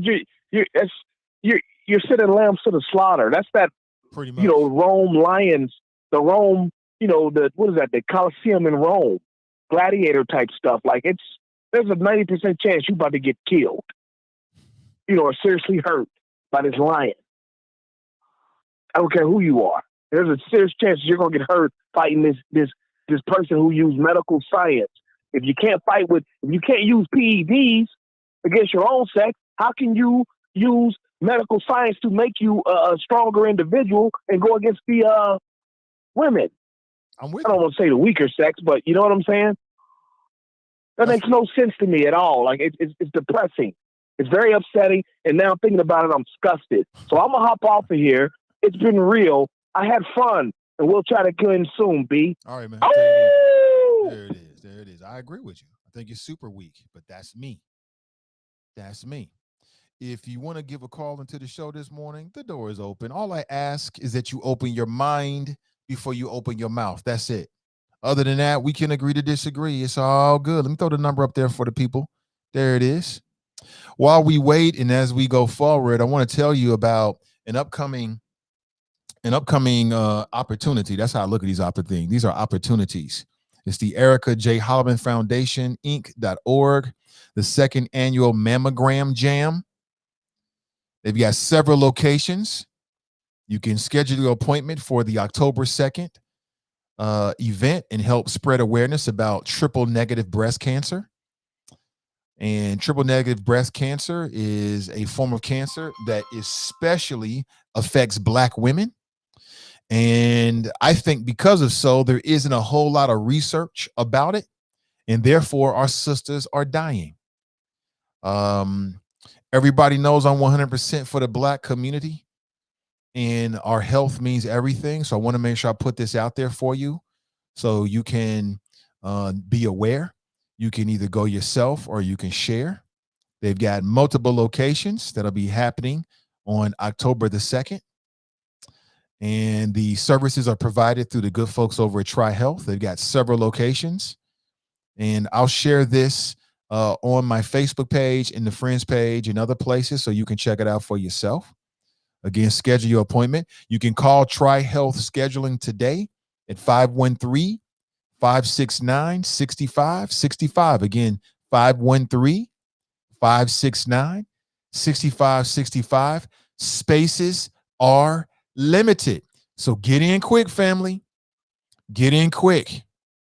And shout out to the good folks over at the Erica J. Holloman Foundation for the work that they're doing. Erica J. Holloman, a black female, passed away. It was a very tragic story, very, very tragic. But her mother and her friends have decided that they were going to do something to honor her passing, her untimely passing, and they want to try to help other people. They've been doing it for years, and the Nathan Ivey Show stands 100% with them in their pursuit. And we need to raise awareness and raise money for research about triple negative breast cancer so we can save the ladies. We can save our family members. All right, let's go back to the phones. Good morning and welcome to the show. Good morning, Mr. Ivey. How you doing, sir? I'm doing great. Doing great, Drop. Yes. This is the one and only, the most hated and sometimes congratulated, the Black Not Democrat out here on the left coast. And today, sir, the world will be waiting. According to President Biden yesterday out here at a campaign rally for Gavin Newsom, Joe Biden actually said that this California governor recall is going to affect the world. Now, Nate, come on, sir. Really? Yeah, Mr. yeah. Ivey, why are the Democrats making this recall about Trump, about January 6th, about Republicans? It's a sign of desperation. Okay. I usually don't ask you questions, okay? But I know you are a powerful, influential member of the new black media. And I don't know if you have any other connections out here in California other than me. But Mr. Ivey, Gavin Newsom is being recalled because of how he handled the COVID-19 crisis. It ain't got nothing to do with QAnon, ain't got nothing to do with January 6th, but they're not making it about California policies. That's why Adam Schiff, representative from California, Dianne Feinstein, senator from California, Maxine Waters, representative from California. I can go down the list. Nancy Pelosi, representative from California. Not now none of them came out here and said how great Gavin Newsom is doing as a governor. Nope, it's about Trump. It's about the black face of white supremacy. Now, again, Mr. Ivey, like I asked you, I know you don't know a lot about California. Can you tell me one great thing that Gavin Newsom has done for California that affects the world?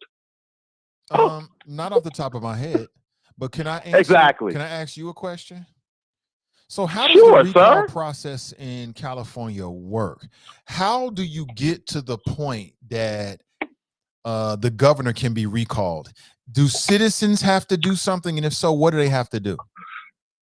Okay, well, when California switched their election process to all mail-in ballots, they did not change the recall process. To get a recall, all you have to do is prove that the governor has exceeded his powers. Okay. No. I'm just saying. I'm saying, how what? do you start the recall process? Is that something? Do citizens have to get enough petitions and signatures or something like that? Yes. Okay. So yes. do you know off the top of the head how many signatures they have to get? I don't know off the top of my head, but it is over 200,000. Okay. And in California, as it relates to Gavin Newsom, who were the groups that decided to push the recall and who was pushing the petitions to lead to a recall? Were those conservative groups? Well, here you go with the labels. All I got to say, it was Republicans, right, that were behind the signature drive to get the recall. But this is a blue state, so if you're at a Ralph's or a Kroger, well, that's what Kroger is part of Ralph's. But out here they're called Ralph's. If you're in front of the Ralph's grocery store, you got Democrats, Republicans, Independent that were signing this ballot. That's how signing the recall.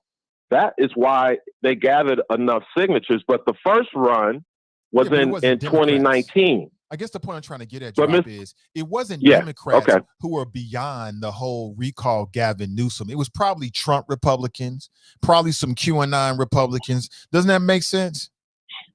No, because Mr. Ivey, the recall had started in 2019, but the first round, something happened with the signatures, so they had enough to continue it, so they started it back over again, and right at that time, that's when COVID-19 hit, and then Gavin Newsom got caught in this fancy restaurant called the French Laundry Restaurant. He got caught in there with other California officials in close quarters inside with no mask, while at the same time, Gavin Newsom was putting out executive orders because of the pandemic. He was closing restaurants, causing people to lose their businesses. And that's what drove the signature count over the top to get this recall to happen today. Right. Well, I don't think that Gavin Newsom wanted people to lose their businesses. He was closing restaurants because they was trying to stop the spread of COVID. Is that right? Well, of course, that's what they say, Mr. Ivey, but we all why know. Would he want to close somebody's business? It doesn't make any sense. He was only doing so because he was trying to stop the spread of COVID. Because humans are worse than COVID. Yeah. Okay, but again, not only California, but also Gretchen Whitmer up in Michigan, another governor, Democrat governor, they were all doing the same tactics. And people forget, Mr. Ivey, America has a very short memory of the damage that was caused when everything got shut down. Okay, when the science showed that it was not necessary to close these businesses to stop the spread of the virus. But out here, I know that's debatable, but that's not why I'm calling. But I just want to tell you that because California has this new mail-in ballot system that was initiated this year for the 2020 presidential election and for the Democrat primary. But here's the thing, though, Mr. Ivey. This is straight from the election pamphlet. As a voter, when you get your ballot, it says right here, tracking your ballot when it is mailed, received, and counted. This is what they do now. So, Mr. Ivey, they just started in-person voting.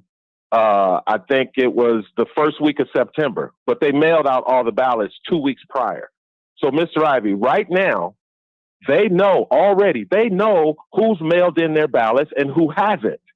So the fact that you had the president out here yesterday, you had Barack Obama on the weekend saturated all over California TV. You had Kamala Harris come out last week, Bernie Sanders and Senator Warren doing political ads.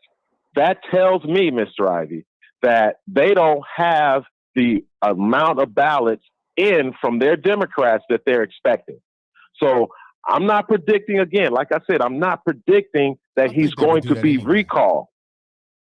No, but see, again, Mr. Ivey, you got to ask yourself, why did California, why did Nevada go to all mail-in ballots when in the past they knew that their constituent base had a problem with getting off their butt and filling out the thing properly and mailing it in? We're going to have to wait and see. I think you're right. I think it's going to be great political theater to see what happens. But I think that whole thing with Gavin Newsom is fair to add. It's remarkable. It's like a remarkable mystery of the moment. Yeah, it seems like it was like a perfect storm. You got partisan rage, and then you got pandemic, concerns and upheaval. It's just like a perfect storm. And then Gavin Newsom's getting caught up with it because that's humans worse than COVID. People are afraid. They're afraid about their livelihoods. They just want to do something.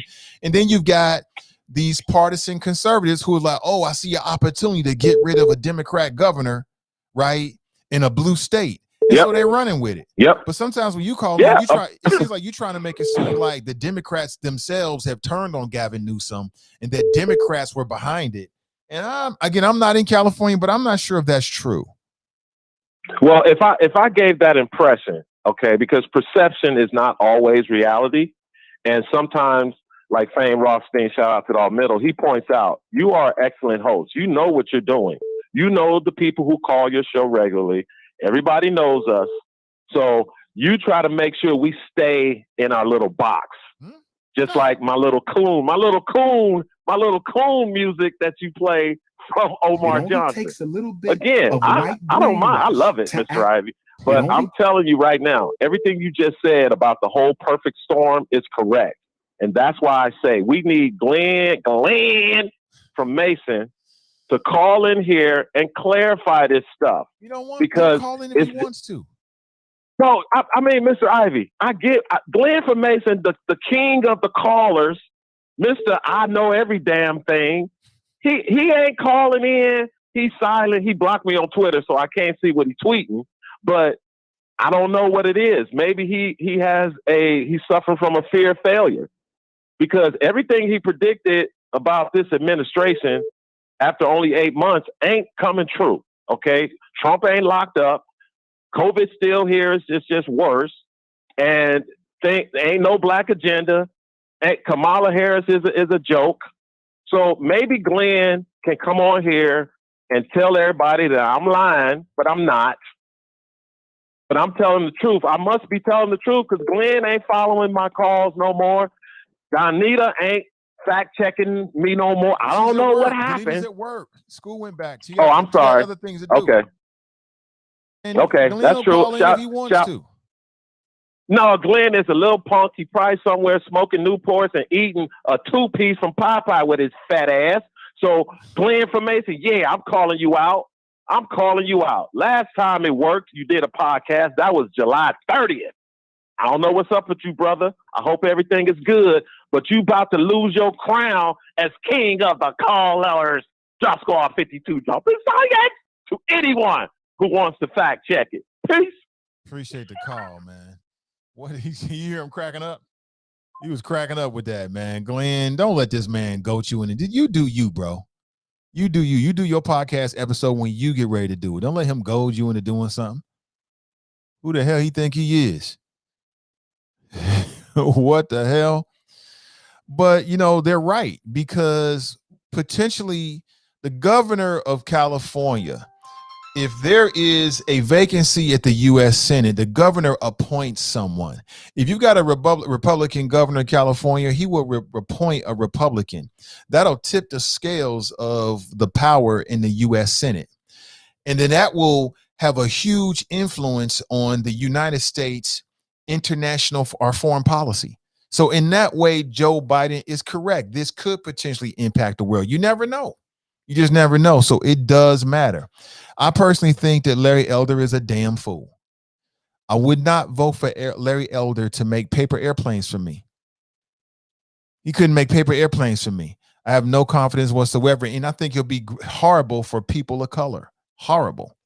Because that's how they try to get you with the worst policy. They put a man of color in a position of influence, and basically he becomes a standby for white supremacy in policy. And that's what I think Larry Elder would do.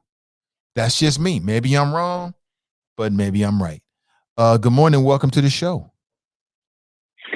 What up, Nate? It's Daryl from Atlanta. What's going on, man? Hey, what up, Daryl? What's up, brother? How you doing? All right. Hey, man. Well, I know people in the chop shop know this, but for new listeners, everything you just heard from Drop, just ignore it. Delete it. It's lies. It's gaslighting. I could go on and on. This guy is a caricature of himself at this point. I mean, one thing he failed to mention, I don't know if you noticed, but I think I was watching Rachel Maddow last night, and I've been hearing from people that are very familiar with the California recall, or actually they're familiar with California politics because that's where either they're from or they still live there. Word on the street is that the Hispanic community done formed Voltron, and they going straight after. They about to cut his head off in this recall election. And I think it's like 60% of the total population in California is Hispanic. And so, I mean, Drop didn't mention that. Drop also didn't mention how easy it is to do a recall in California. So, I mean, this man leaves out pertinent facts to try to create a narrative of lies. And then he wants to get on somebody about not having a podcast. I mean, bruh, you suck. I haven't listened to your show. You tried to link up with me on Twitter. I blocked your ass. I mean, you weak. So, you know, I mean, hey man, I mean, look, it's a big deal because of what you just said. The senators, Feinstein is way up there. She need to retire. The governor will have power to appoint. Um, you know, California has the, you know, gross domestic product of a one of the, you know, top countries in the world, just that state alone. So yeah, it's a hell of a deal. So for him to come in and say, "Oh, the Democrats are panicking," I mean, he failed to mention that Elder is already coming out with, "Oh, you know, the recall election," and Trump did this too. The recall election is, you know, it's voter fraud. They're already playing that line. Now, why are you playing that line if you think you got a chance to win? Because they trying to taint the election before they even vote. You know, before they tally up the results. They already saying it's voter fraud. So they full of shit. I'm sorry about the language, but I just gotta throw it out that way. And Nate, be cool. You know, I'm always listening, and every now and then I got to chime in and take the wolf to task. Yeah, I agree with him on one thing, but don't let that go to your head, bruh. You still suck. Take care of me, Nate. Bye. Appreciate the call, man. Damn, Daryl from Atlanta chiming in. Okay. Yeah, I appreciate it. Wow. Damn. Like I said, man, I swim with sharks and they all bite. They all bite. Welcome to the chop shop. Welcome to the chop shop. Everybody gets it. I think we had another caller that was trying to call in. Glenn writes, Rackham. Jay writes, Nate, everyone seems to say their prayers right. Bunky writes, Daryl is a hater. Oh my God, this is hilarious. Bunky writes, F Jim Crow Joe. Nakia is on point. She writes, Larry Elder is an idiot. I mean, I say idiot. I just feel like he's the black face of white supremacy.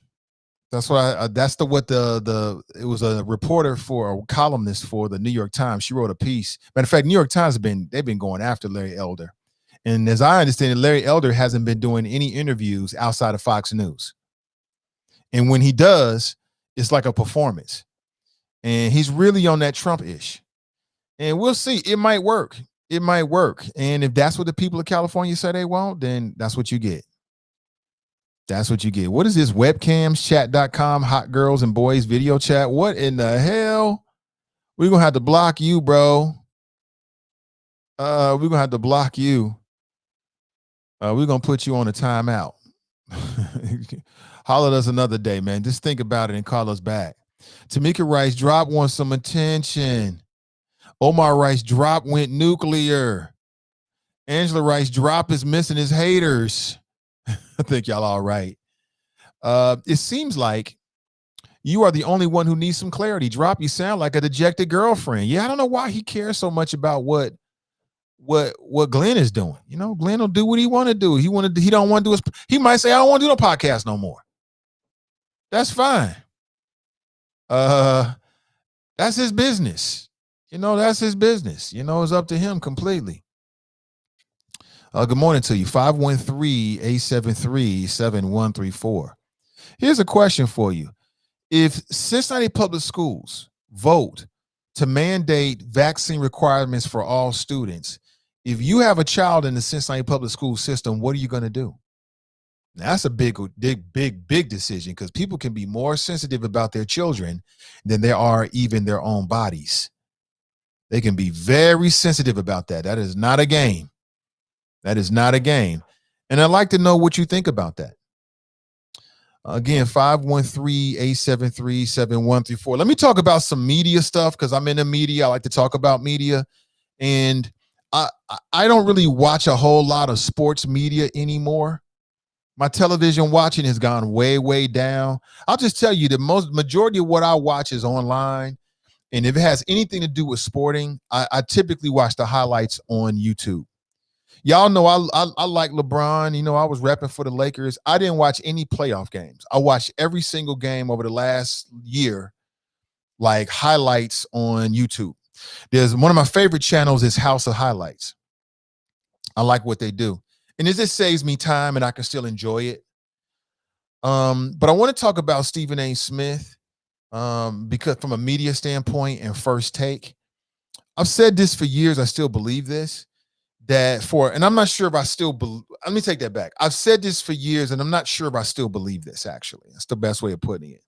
But for a long time, as somebody that was in the media and was studying media, I looked at sports media as the cutting edge of talk media. You know, what they were doing in sports media, I thought that people should have brought it over in traditional talk. And I did just that. As I told you, my influences in talk radio were Carmine Guzman, number one, Jim Rome, and then a little bit of Tavis Smiley. Okay, those are my influences. What made me want to get into talk radio at first was a Jewish dude named Carmine Guzman, to who this day was by far the best talk radio host I ever heard. By far. He was in Cincinnati. He was based out of W55 KRC. He was a Jewish liberal dude, and he was the dopest and remains the dopest talk show host I've ever heard. Oh, and also Howard Stern. Those are my influences. And I have to be honest with you, lesser influences was a little bit of Rush Limbaugh. And by Rush Limbaugh, it was by default. I just couldn't get away from him. He was everywhere. And as somebody that was in the talk radio, I had to listen to him. So a little bit of an influence there, just a little bit. There were some things that Rush did that was super, super superlative from a talk radio host standpoint, not his politics. His politics is a damn fool and a damn white supremacist. But it's in terms of his tactics, you know, his style. That's what I'm talking about. Carmine Guzman was by far the best talk show host I've ever heard, by far, way beyond me. Way he was up here. And because he was liberal and progressive, it just clicked for me. I couldn't wait to listen to his show every night. And he used to roast, and I mean, he used to roast people like marshmallows, roast their ass. And, you know, I studied him. And as you know, that's the reason why I reached out to Jerry Tolliver and 1230 The Buzz. I didn't reach out to 1230 The Buzz because, well, it was a little bit of that, but primarily I did it because of Jerry Tolliver and because of her connection with Carmine Guzman. And it worked. But I want to talk about First Take a little bit because for a long time, you remember First Take used to be Cold Pizza, and then it was, what was it, First Take? It was First and 10 or something like that. Remember going way, way back in the days? Some good sports debating, rhetorical type of stuff. And now it's involved to First Take, and Stephen A. Smith is the primary host. But they recently got rid of Max Kellerman. And Stephen A. did an interview with the crew over there with I think Hot 97 with Ebro in the morning crew. They do good work. Check them out. And he would ask the question, asked her what happened with Max Kellerman. They was friends they was co-hosts for like 5 years. And Steven says something that I appreciate. He said, yeah, I want him off the show. And he said he wanted him off the show because he felt like the chemistry wasn't good and that things have to evolve. And he's 100% right about that. Like, I can't tell you whether that was a good thing or not for his show, but in terms of looking at it and thinking about evolving it, he's 100% correct about that. And I'm only saying this because, you know, I want this show to evolve. I want our platform to evolve, and it's going through an evolution. And I thought it was very interesting when I watched that interview and he was saying what he was saying. It's like, listen, ain't no hard feelings. You know, that's my man's in them, but, you know, I just felt like the show had to change. And so if you watch First Take, you're going to see a round table of hosts, and we'll see how it goes. Stephen A. is cool. I mean, you know, he's not the best I've ever heard, but he's entertaining. He's good at it. And sometimes I think his opinions are super, super on point. So it is what it is. Anybody watch that? You've been watching it. What do you think about the changes there? But I thought his honesty about his decision making, I thought was refreshing. And from a media standpoint, I thought he was A1. He was on point. You should always be looking at what you're doing. And this extends way beyond just that and asking yourself, can you do better all the time? And I'm going through that process right now So I keep telling people, don't be surprised if you see some changes, some big, some small, because things have to evolve. If you don't evolve, you die, quite simply. And that's funny, Jay. Appreciate you. Dale writes, is Carmine still living? I don't think so. I've asked Jerry this, and she says she think he passed away. I didn't realize this, but apparently he had a little bit of drug problem, which you'll find a lot of creative people for whatever reason succumb to those kind of things. But his flows was, and he didn't call it flows, I'm not sure what he called it, was superlative. That's the highest I can say. It was superlative. But those were some of my influences. Jim Rome, who was into sports talk, super dope, cutting edge for sports for a long time. Now sports has caught up to him, but for the rest of the industry, he's caught up to what Jim Rome was doing 15, 20 years ago. But in a lot of ways, for people that know, what we do is very kind of close to that. It's very similar. I mean, I fully admit it. I mean, everybody's influenced by somebody, right? Drop Rice, Rush Limbaugh is the best talk show host. Go RIP. In some ways, yes. In a lot of ways, hell to the nah. Hell to the nah. Jay writes, he is a selfish dude, Stephen A. Smith, but I respect him being upfront about how he feels and what he wants when he comes to a show. And the next host he should get, then the next host he gets should know they get 3 years to get their name out there, and they need to get it for themselves. Yeah, it was refreshing. You know, you don't get that kind of transparency and honesty when people are making moves in media. Typically, they'll run you some dumbass line about whatever the line is. But I thought it was very refreshing. And again, being in this job and doing this stuff on multiple levels, public radio, I did my thing. Commercial radio, I did my thing. And now internet, doing my thing, seeing success on all levels. He's right about that. And I never really liked them as a team. I'll be honest with you. I never really thought that was the best fit. But, you know, they did what they had to do. I don't think Stephen A. is being selfish, though. Or should I say, if you want to be successful, sometimes you do have to be selfish. You do have to be. So people might say Michael Jordan was selfish, or Kobe Bryant, but you got to be like that sometimes. You gotta demand the damn ball. James writes, what about Roland Martin? Well, Roland Martin I was talking about my personal influences. Roland Martin is fairly new in terms of hitting my radar screen, but I give Roland his props. I think he's a pioneer today in terms of new black media and what he's creating and things like that. I think he's created something called the Black Star Network, I believe it is. And I think they're going to debut some new shows and stuff next year, which I think is great. I wish him the best. I think the Roland Martin show is a trailblazer. And I give him all his props. But as I was forming who I am in my style, I didn't know anything about a Roland Martin. I wish I did, but I didn't. Dale writes, I remember Cole Pisa with Dana. That's right. I forgot her. Nat writes, Stephen A.'s brand is big mouth. He ain't saying much. Yeah, on some days. David writes, is the coast clear? Yeah, I think it is. Oh my gosh, that's hilarious. Is the coast clear? Man, Lee drop is okay. He good people. He's just on that Trump stuff. He's a conservative. It is what it is. Good morning to you.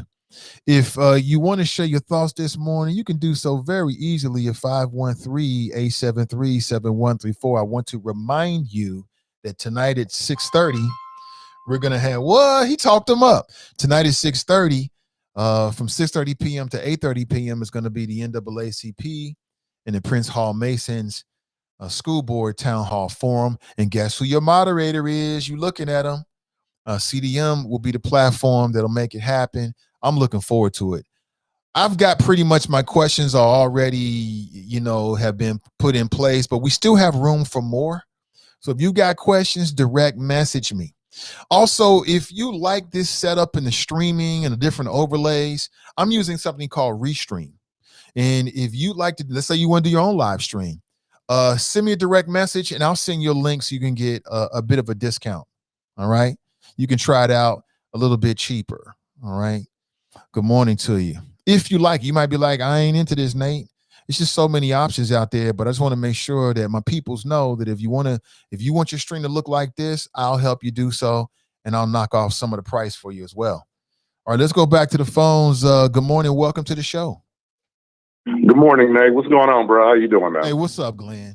What's up, bro? Nothing much, man. You brought up old memories when you were talking about the Jim Rome days and Rush Limbaugh. You know what's crazy, Nate? And I'll say it. I was actually a fan of the Rush Limbaugh show back in the day. Ain't it crazy that we can say that? Like, we actually listened to dude. Remember G. Gordon Liddy back in the day? Yes, I do. Remember those?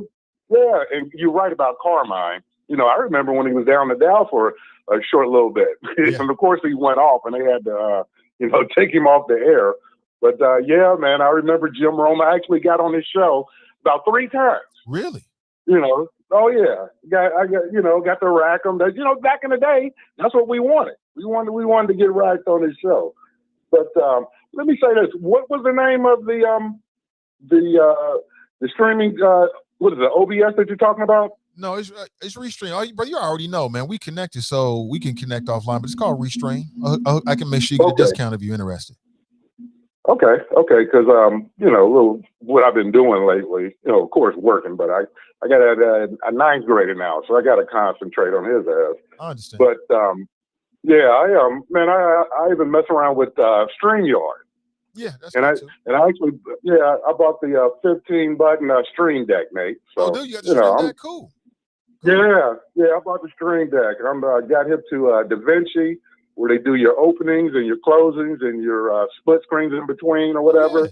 Oh yeah. So, I'll give you a call because I didn't know about what you were talking about. I hadn't heard of it, so I'll check it out. But let me also say this, because of course I got to comment on. I called him Lil Drop Dirt Diggler X from West Coast California. I said it before, Nate, and I remember asking this question: what's it like to have groupies on your show? But I got to be the only MF that got a freaking male groupie from damn California. The guy's a damn stalker. And what's so funny is that, Drop, you don't realize this, but I actually set the trap up for you. I gave you 2 weeks. 2 weeks to see just how crazy you would get. And you're just like Donald Trump. Remember when they took him off of Twitter and he just went crazy, took him off of Facebook. He lost his mind. He started getting people to make up profile names for him and shit like that. That's Drop. And Drop, what you don't know is, why did you come on here and tell us about what you thought about? I think his name is Michael Bush. Remember the Capitol police officer that shot their insurrectionist trying to climb through the window, the brother? Yeah. Trying to be a black man, yes. Oh, yeah. Drop is on the same shit as the alt-right MAGA conservatives, Nate. Blaming the brother. Was she right? What would happen if this was a black man killed? Drop was on that. Herculean, right along with him, Nate. Drop didn't tell you that, did he? And then he tried to play the desperate Democrats. You know who's desperate, Drop? The Republican Party. Because guess what you just did? And you don't realize it's Drop, but these are the little intricacies of politics.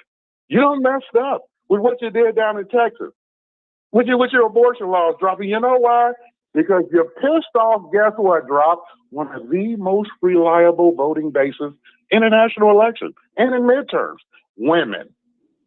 Good job, Brownie. Isn't that what he said isn't that what Bush said to your boy after New Orleans and the catastrophe down in Katrina? Good job, Brownie. Right. Good job, Drop. And then you tried to lie about the California recall. You just flat out lied, Drop. You know the choppers that going for that, man. We know that it takes, you said, 200,000 signatures? California's the second biggest state in the union? That's not that hard, Drop. And then I think Gerald called in. Yeah, Drop, he pissed off the Hispanics. He already pissed off the black folks by 2 weeks ago, saying, well, maybe you should have gave reparations to the slave owners. You didn't mention that either, Drop, did you? You didn't mention that Larry Elder said that he's against the minimum wage. Oh, the Hispanics are, mad about that. Hell, even all white people that are mad about that, Drop. You didn't mention that, did you? There's a lot more in that mental Rolodex, mate. But I got to try to get back to work, man. I actually put myself in systems issues just so I can give you a call. So at the end, ain't nothing changed, Drop. In the end, I hope you get what I'm spitting. Petty peace. Appreciate the call. You talked them up, man. You talked them up. Heard them for him. You heard from him. Hear yourself. All right, with that, what is the time? 9:08. I'm about 8 minutes behind on the break, so let's do that. We'll take a break, get a word from our sponsor. We'll come right back. I'll get a chance to recharge. If you got to step away, step away. About 2.5 minutes, I'm thinking. And we'll be right back. It's the Nathan Ivey Show, where nothing is funnier than the truth. Men are allowed to be men, and sucker MCs get dealt with. We'll be right back.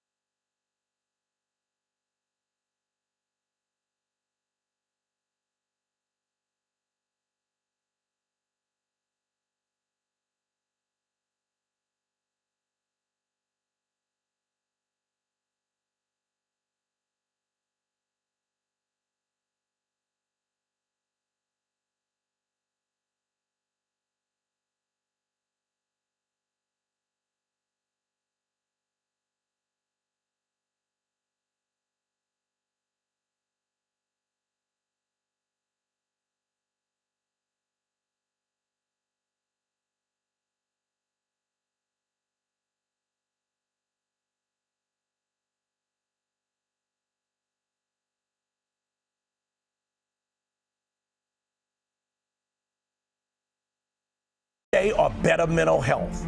It takes 6 to be fully activated in your life. God's invisible law of attraction is available to you today because you are just 60 seconds away from better mental health. Take the next 60 seconds and improve your mental health by telling a mental health story for 60 seconds 3 times a day for 21 days. Why 21 days? Because that's how long it will take to change your life. Now say this mental health story out loud 3 times a day. It is my divine and human right to embrace inner peace, calmness, and happiness today. I confess that my mind is calm and alert and sharp and focused. I focus on what I really, really want today. Today, I allow love, joy, peace in my life. For a free ebook and coaching, visit renewcommunitychurch.org.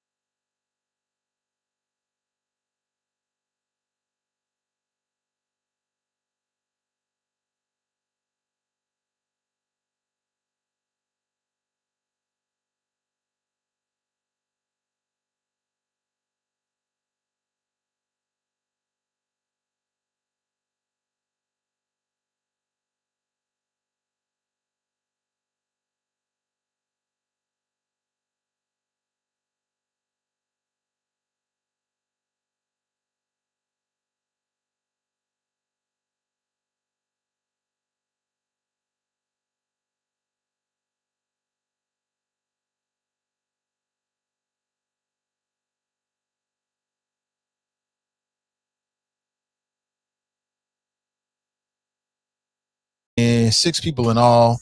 It should be pretty interesting. The whole point is to get information so we can make the absolute best choice possible. And don't overlook the school board. Don't undervalue just how important it is in the overall fabric of what's happening here in the city of Cincinnati. And don't forget that the majority of the students that they service are African American or Black, however you want to call it. Don't forget what happened during COVID. Don't forget what's happening right now with SORTA. All of these things are issues that are on the table to be discussed this evening. And if you've got a question or you got questions, direct message me. You can leave it in the chop shop. But if you want me to see it with certainty, then hit me with direct message and I'll check it out. Good morning to you. 513-873-7134. You know, I live in the digital age. I'm all about the latest viral videos, things I think are interesting. And TikTok is popping right now. I came across something on TikTok that I want to share with you. And I don't know if it's true or not, but apparently, well, you got to check it out for yourself. I'm going to check this out. Let me play this for you. You can check it out for yourself. You got to see this, man. This might bring tears to your eyes. I don't know how you're gonna take this, but this is the age that we live in. Everybody, you be on TikTok and you be on these other platforms looking at videos. So check this out. This is very, very interesting. What would you do if this happened to you? Let's say you're a nurse and somebody tells you this. Check this out. You may have seen this already. You have not. Check this out. I had a woman dying from COVID confess something really heart-wrenching to me. She told me that when she was a teenager, she told her mother that one of the local black boys had touched her behind the grocery store. And in 1936 Louisiana, this was a very big deal. Not only was this boy lynched, but he was beaten, and his genitals were cut off. And then the family home was burned to the ground. And she watched it all happen. You want to know why? Because she saw that his sisters had prettier dresses than she did, and she just didn't like it. So she lied, and then it clicked. This same woman had been hallucinating for the past couple of days, saying that there was a black boy in her room watching her, would not stop staring at her, and she was scared shitless. She asked if she could be forgiven. I told her the only person who could forgive her was the boy she killed. Not sorry. Can she be forgetting? Hell no, she shouldn't be forgiven. They should have did the same. COVID was too easy for her, if in fact that's true. That's wild, ain't it? Woman dying of COVID. She in a nursing home or facility.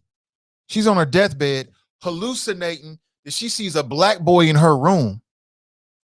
And when she was a kid, she made up a story to get a black boy viciously murdered because his sisters had prettier dresses than they do. And she was a child. It just goes to show just how ingrained that mentality can be. She was a child. I guess she felt like, well, wait a minute, I'm white. Why should they have prettier dresses than me? That is wild. Like, I don't know if the story is true, and I just came across it online. I'm like, that is crazy. Talking about, can you be forgiven? They should have lit her ass on fire. Yeah, we'll forgive you. Put some kerosene on her body while she lay in the bed and light her ass on fire. Now you forgiven. That is crazy, yo. That's crazy. That is wild. Y'all see that? That is wild. Good morning to you. Angela writes, wow, that's a cold piece. Liar will now his spirit is haunting her. Right. Greg writes, I used to like Maher's flow. I don't know what he's been saying. He's talking about Bill Maher. I used to like Bill Maher on Politically Incorrect. That was my show until right after 9/11. And Bill Maher said, they're not, the terrorists aren't cowards. It's not an act of cowardice to die in a plane and you drive into the World Trade Center, which I understand the point he was making, but America was too caught up in her feelings. Nobody wanted to hear that. But did y'all see that video? That is crazy, yo. What in the hell? Lemmy writes, good morning. Good morning to you. That is wild. Brandy writes, shaking my damn head. That is crazy. She lucky I wasn't a nurse. I'm not even telling you what I would have done, but what could you do? It's like, nah, you ain't getting no pain medicine. You're going to feel all this. I don't even know what you do in a situation like that. That is so crazy, yo. Like, how could you live with yourself? I mean, I've done some shit and I look back like, why did I do that? But nothing like that. Because his sisters had prettier dresses than her. So you watch him being murdered and mutilated, his family home being burned down. Who knows what happened to the rest of his family because you caught in your feelings. That is crazy. That is crazy. Let's go to the phones. Good morning. Welcome to the show. Hey, good morning, Nathan. It's Nicole. How you doing? I'm doing well. Nicole. Good morning. Welcome. Awesome. Big day. So, two things. What you just showed, I have to comment on that because that's just karma. And, I always thought about, one thing I know I couldn't be in the medical profession. I'm just a big baby with blood. I can't even barely can get splinter out of my kids' skin or something. So that I just knew a long time ago, that's not for me. But I have a lot of family that's in that profession. I always wonder, like, you're taking care of some elderly persons, white elderly person in their 80s and 90s, and you can just only imagine what they've done or what they've seen, you know what I'm saying, in life. They've went through so many eras. And it's just people still living who actually lynch people. There's people who still living who spit on Black people, who, went out of their way to make life hard for Black people. They in nursing homes, and majority of Black people are caring for them, right? So it's just like ridiculous in a way. And I always think about our ancestors and the spirits, and just like, some of the way some of them died, really many. It's just like, how can that soul be at peace? You know what I mean? How can that spirit just, so I know there's a lot of people going to hell. A lot of people going to hell. And then you think about, where did all the KKK rolls? They sitting in someone's attic somewhere, because that stuff just didn't disappear. Like, that is in somebody's attic. People's family know the real enriched history of their lineage, and they won't throw it away. It's just up there. It's collected dust. Somebody gonna come across it like, well, dang, great granddaddy or granddaddy was a grand wizard or something like that. But I digress. It's just that was a little bit profound, that video. But my main reason for calling is for the candidates forum tonight, and I want to invite all the choppers to tune in 6:30. What was I going to say here? No, tomorrow. Also, it's almost back to back. We're starting our city council series. So all 35 candidates, and we just learned yesterday that Tom Brinkman Jr. and Tierra Powell will be able to move forward. And guess what? They're supposed to be on the show tomorrow. So, and you're supposed to be hosting that as well. And so, if I could just pull this up here so people can know, our first group of our city council races is going to be Logan Simmerin, Rob Harris. The second, Brian Gary. Again, Tierra Powell, Tom Brinkman Jr., and Galen Gordon. It's going to kick off our city council races. It should be interesting. We're also taking questions for that as well. So if you have anything, if you got my Facebook page, drop me some questions, or you call the NAACP office, 513-281-1900, or go to our website, go to our email, and do it that way. I want to thank our sponsors, Closer in the Health Gap and the Delta Sigma Theta Sorority, for everything that they've done and helped with our forums. I also have posted the candidates' responses for the school board. That's what I wanted to mention as well. I was trying to get them over to the Friends page off the Cincinnati NAACP page, but you can go to our Facebook page, and I'm trying to share it all throughout so you can see the responses of our pre-questionnaire to the candidates for CPS school boards. So you can kind of get a feel of where their head is on certain issues. And if you have not already, I know you all voters, but if you have family or friends, make sure that they're registered by October the 4th. That is the deadline. Early voting begins October the 5th through November the 1st. And absentee ballots, it's still a pandemic.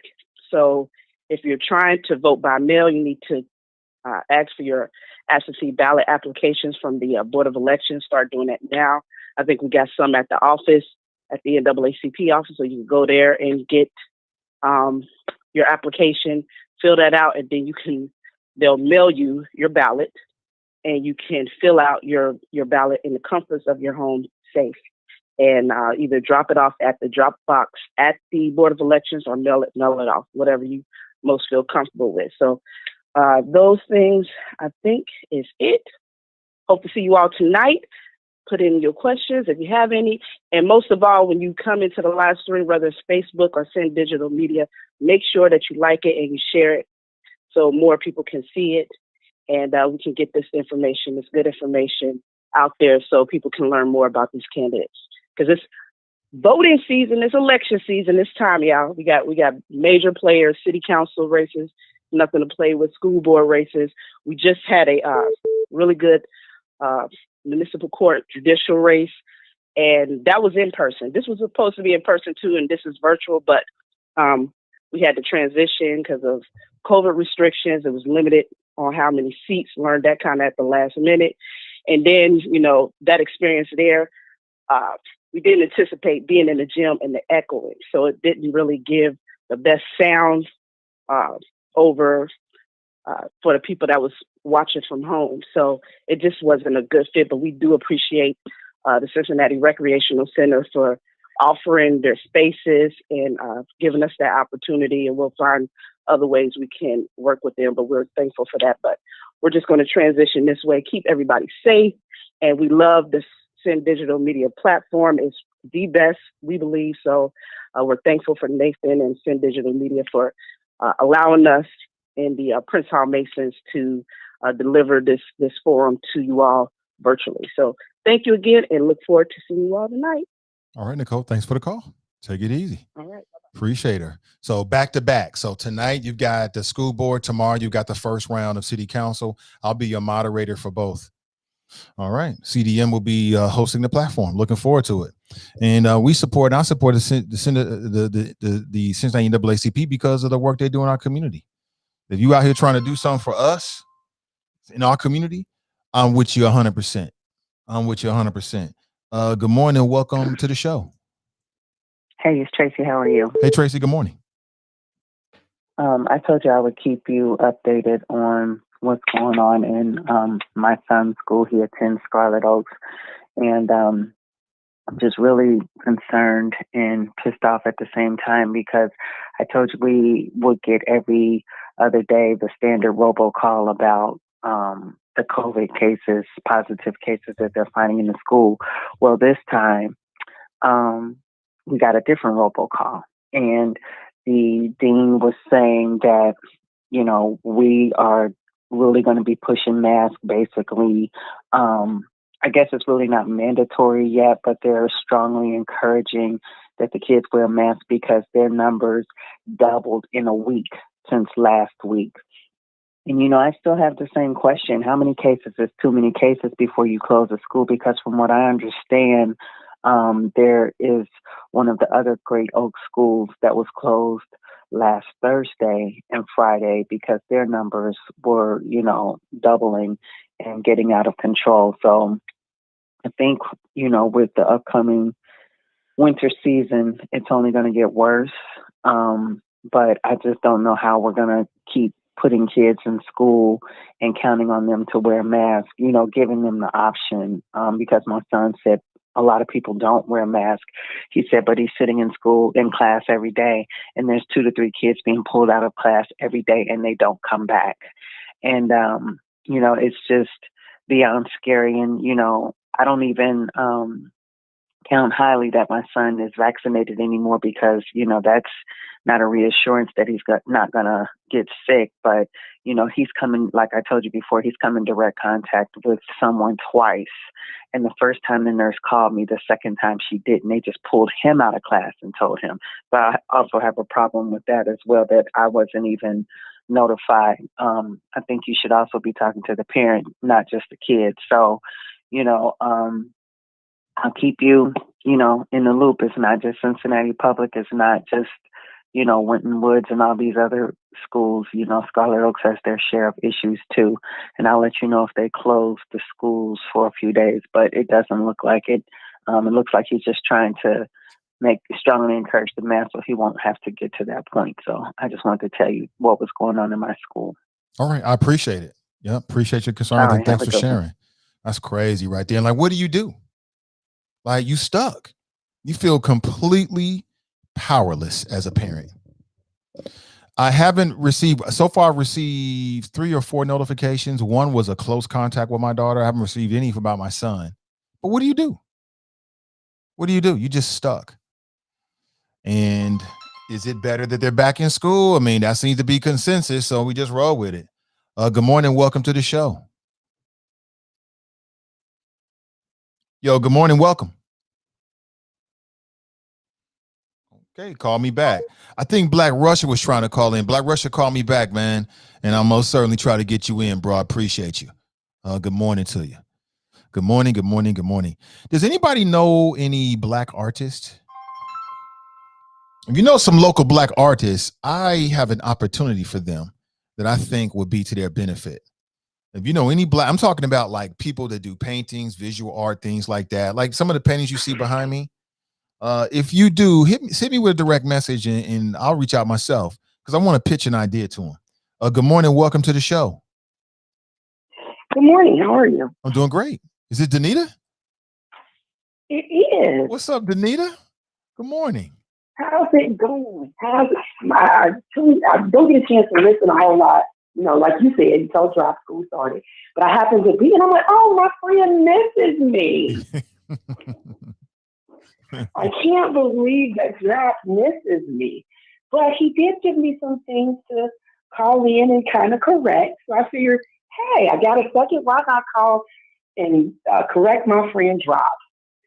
So I find it interesting that Drop totally negates the fact that the reason why California is in this recall is simply to change the government structure in California.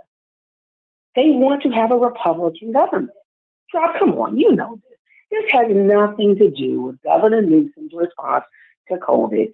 This has nothing to do with Governor Newsom being in a restaurant while people are shut down and being encouraged to social distance. It's all about politics.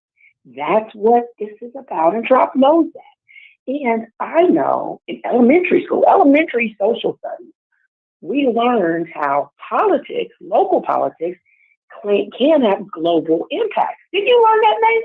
Back in maybe like third, fourth grade? Yeah, absolutely. So, so we all know that all politics can have global ramifications. Has Drop ever heard of World War I and World War II? Wouldn't that be politics having global implications?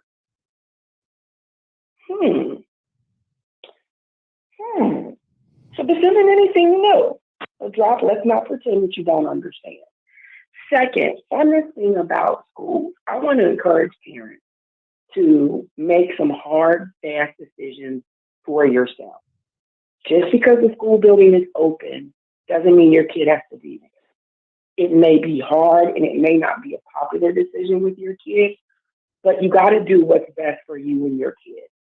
And keeping in mind that a lot of districts who have traditionally closed their open enrollment around this time of year, some of them are opening them back up.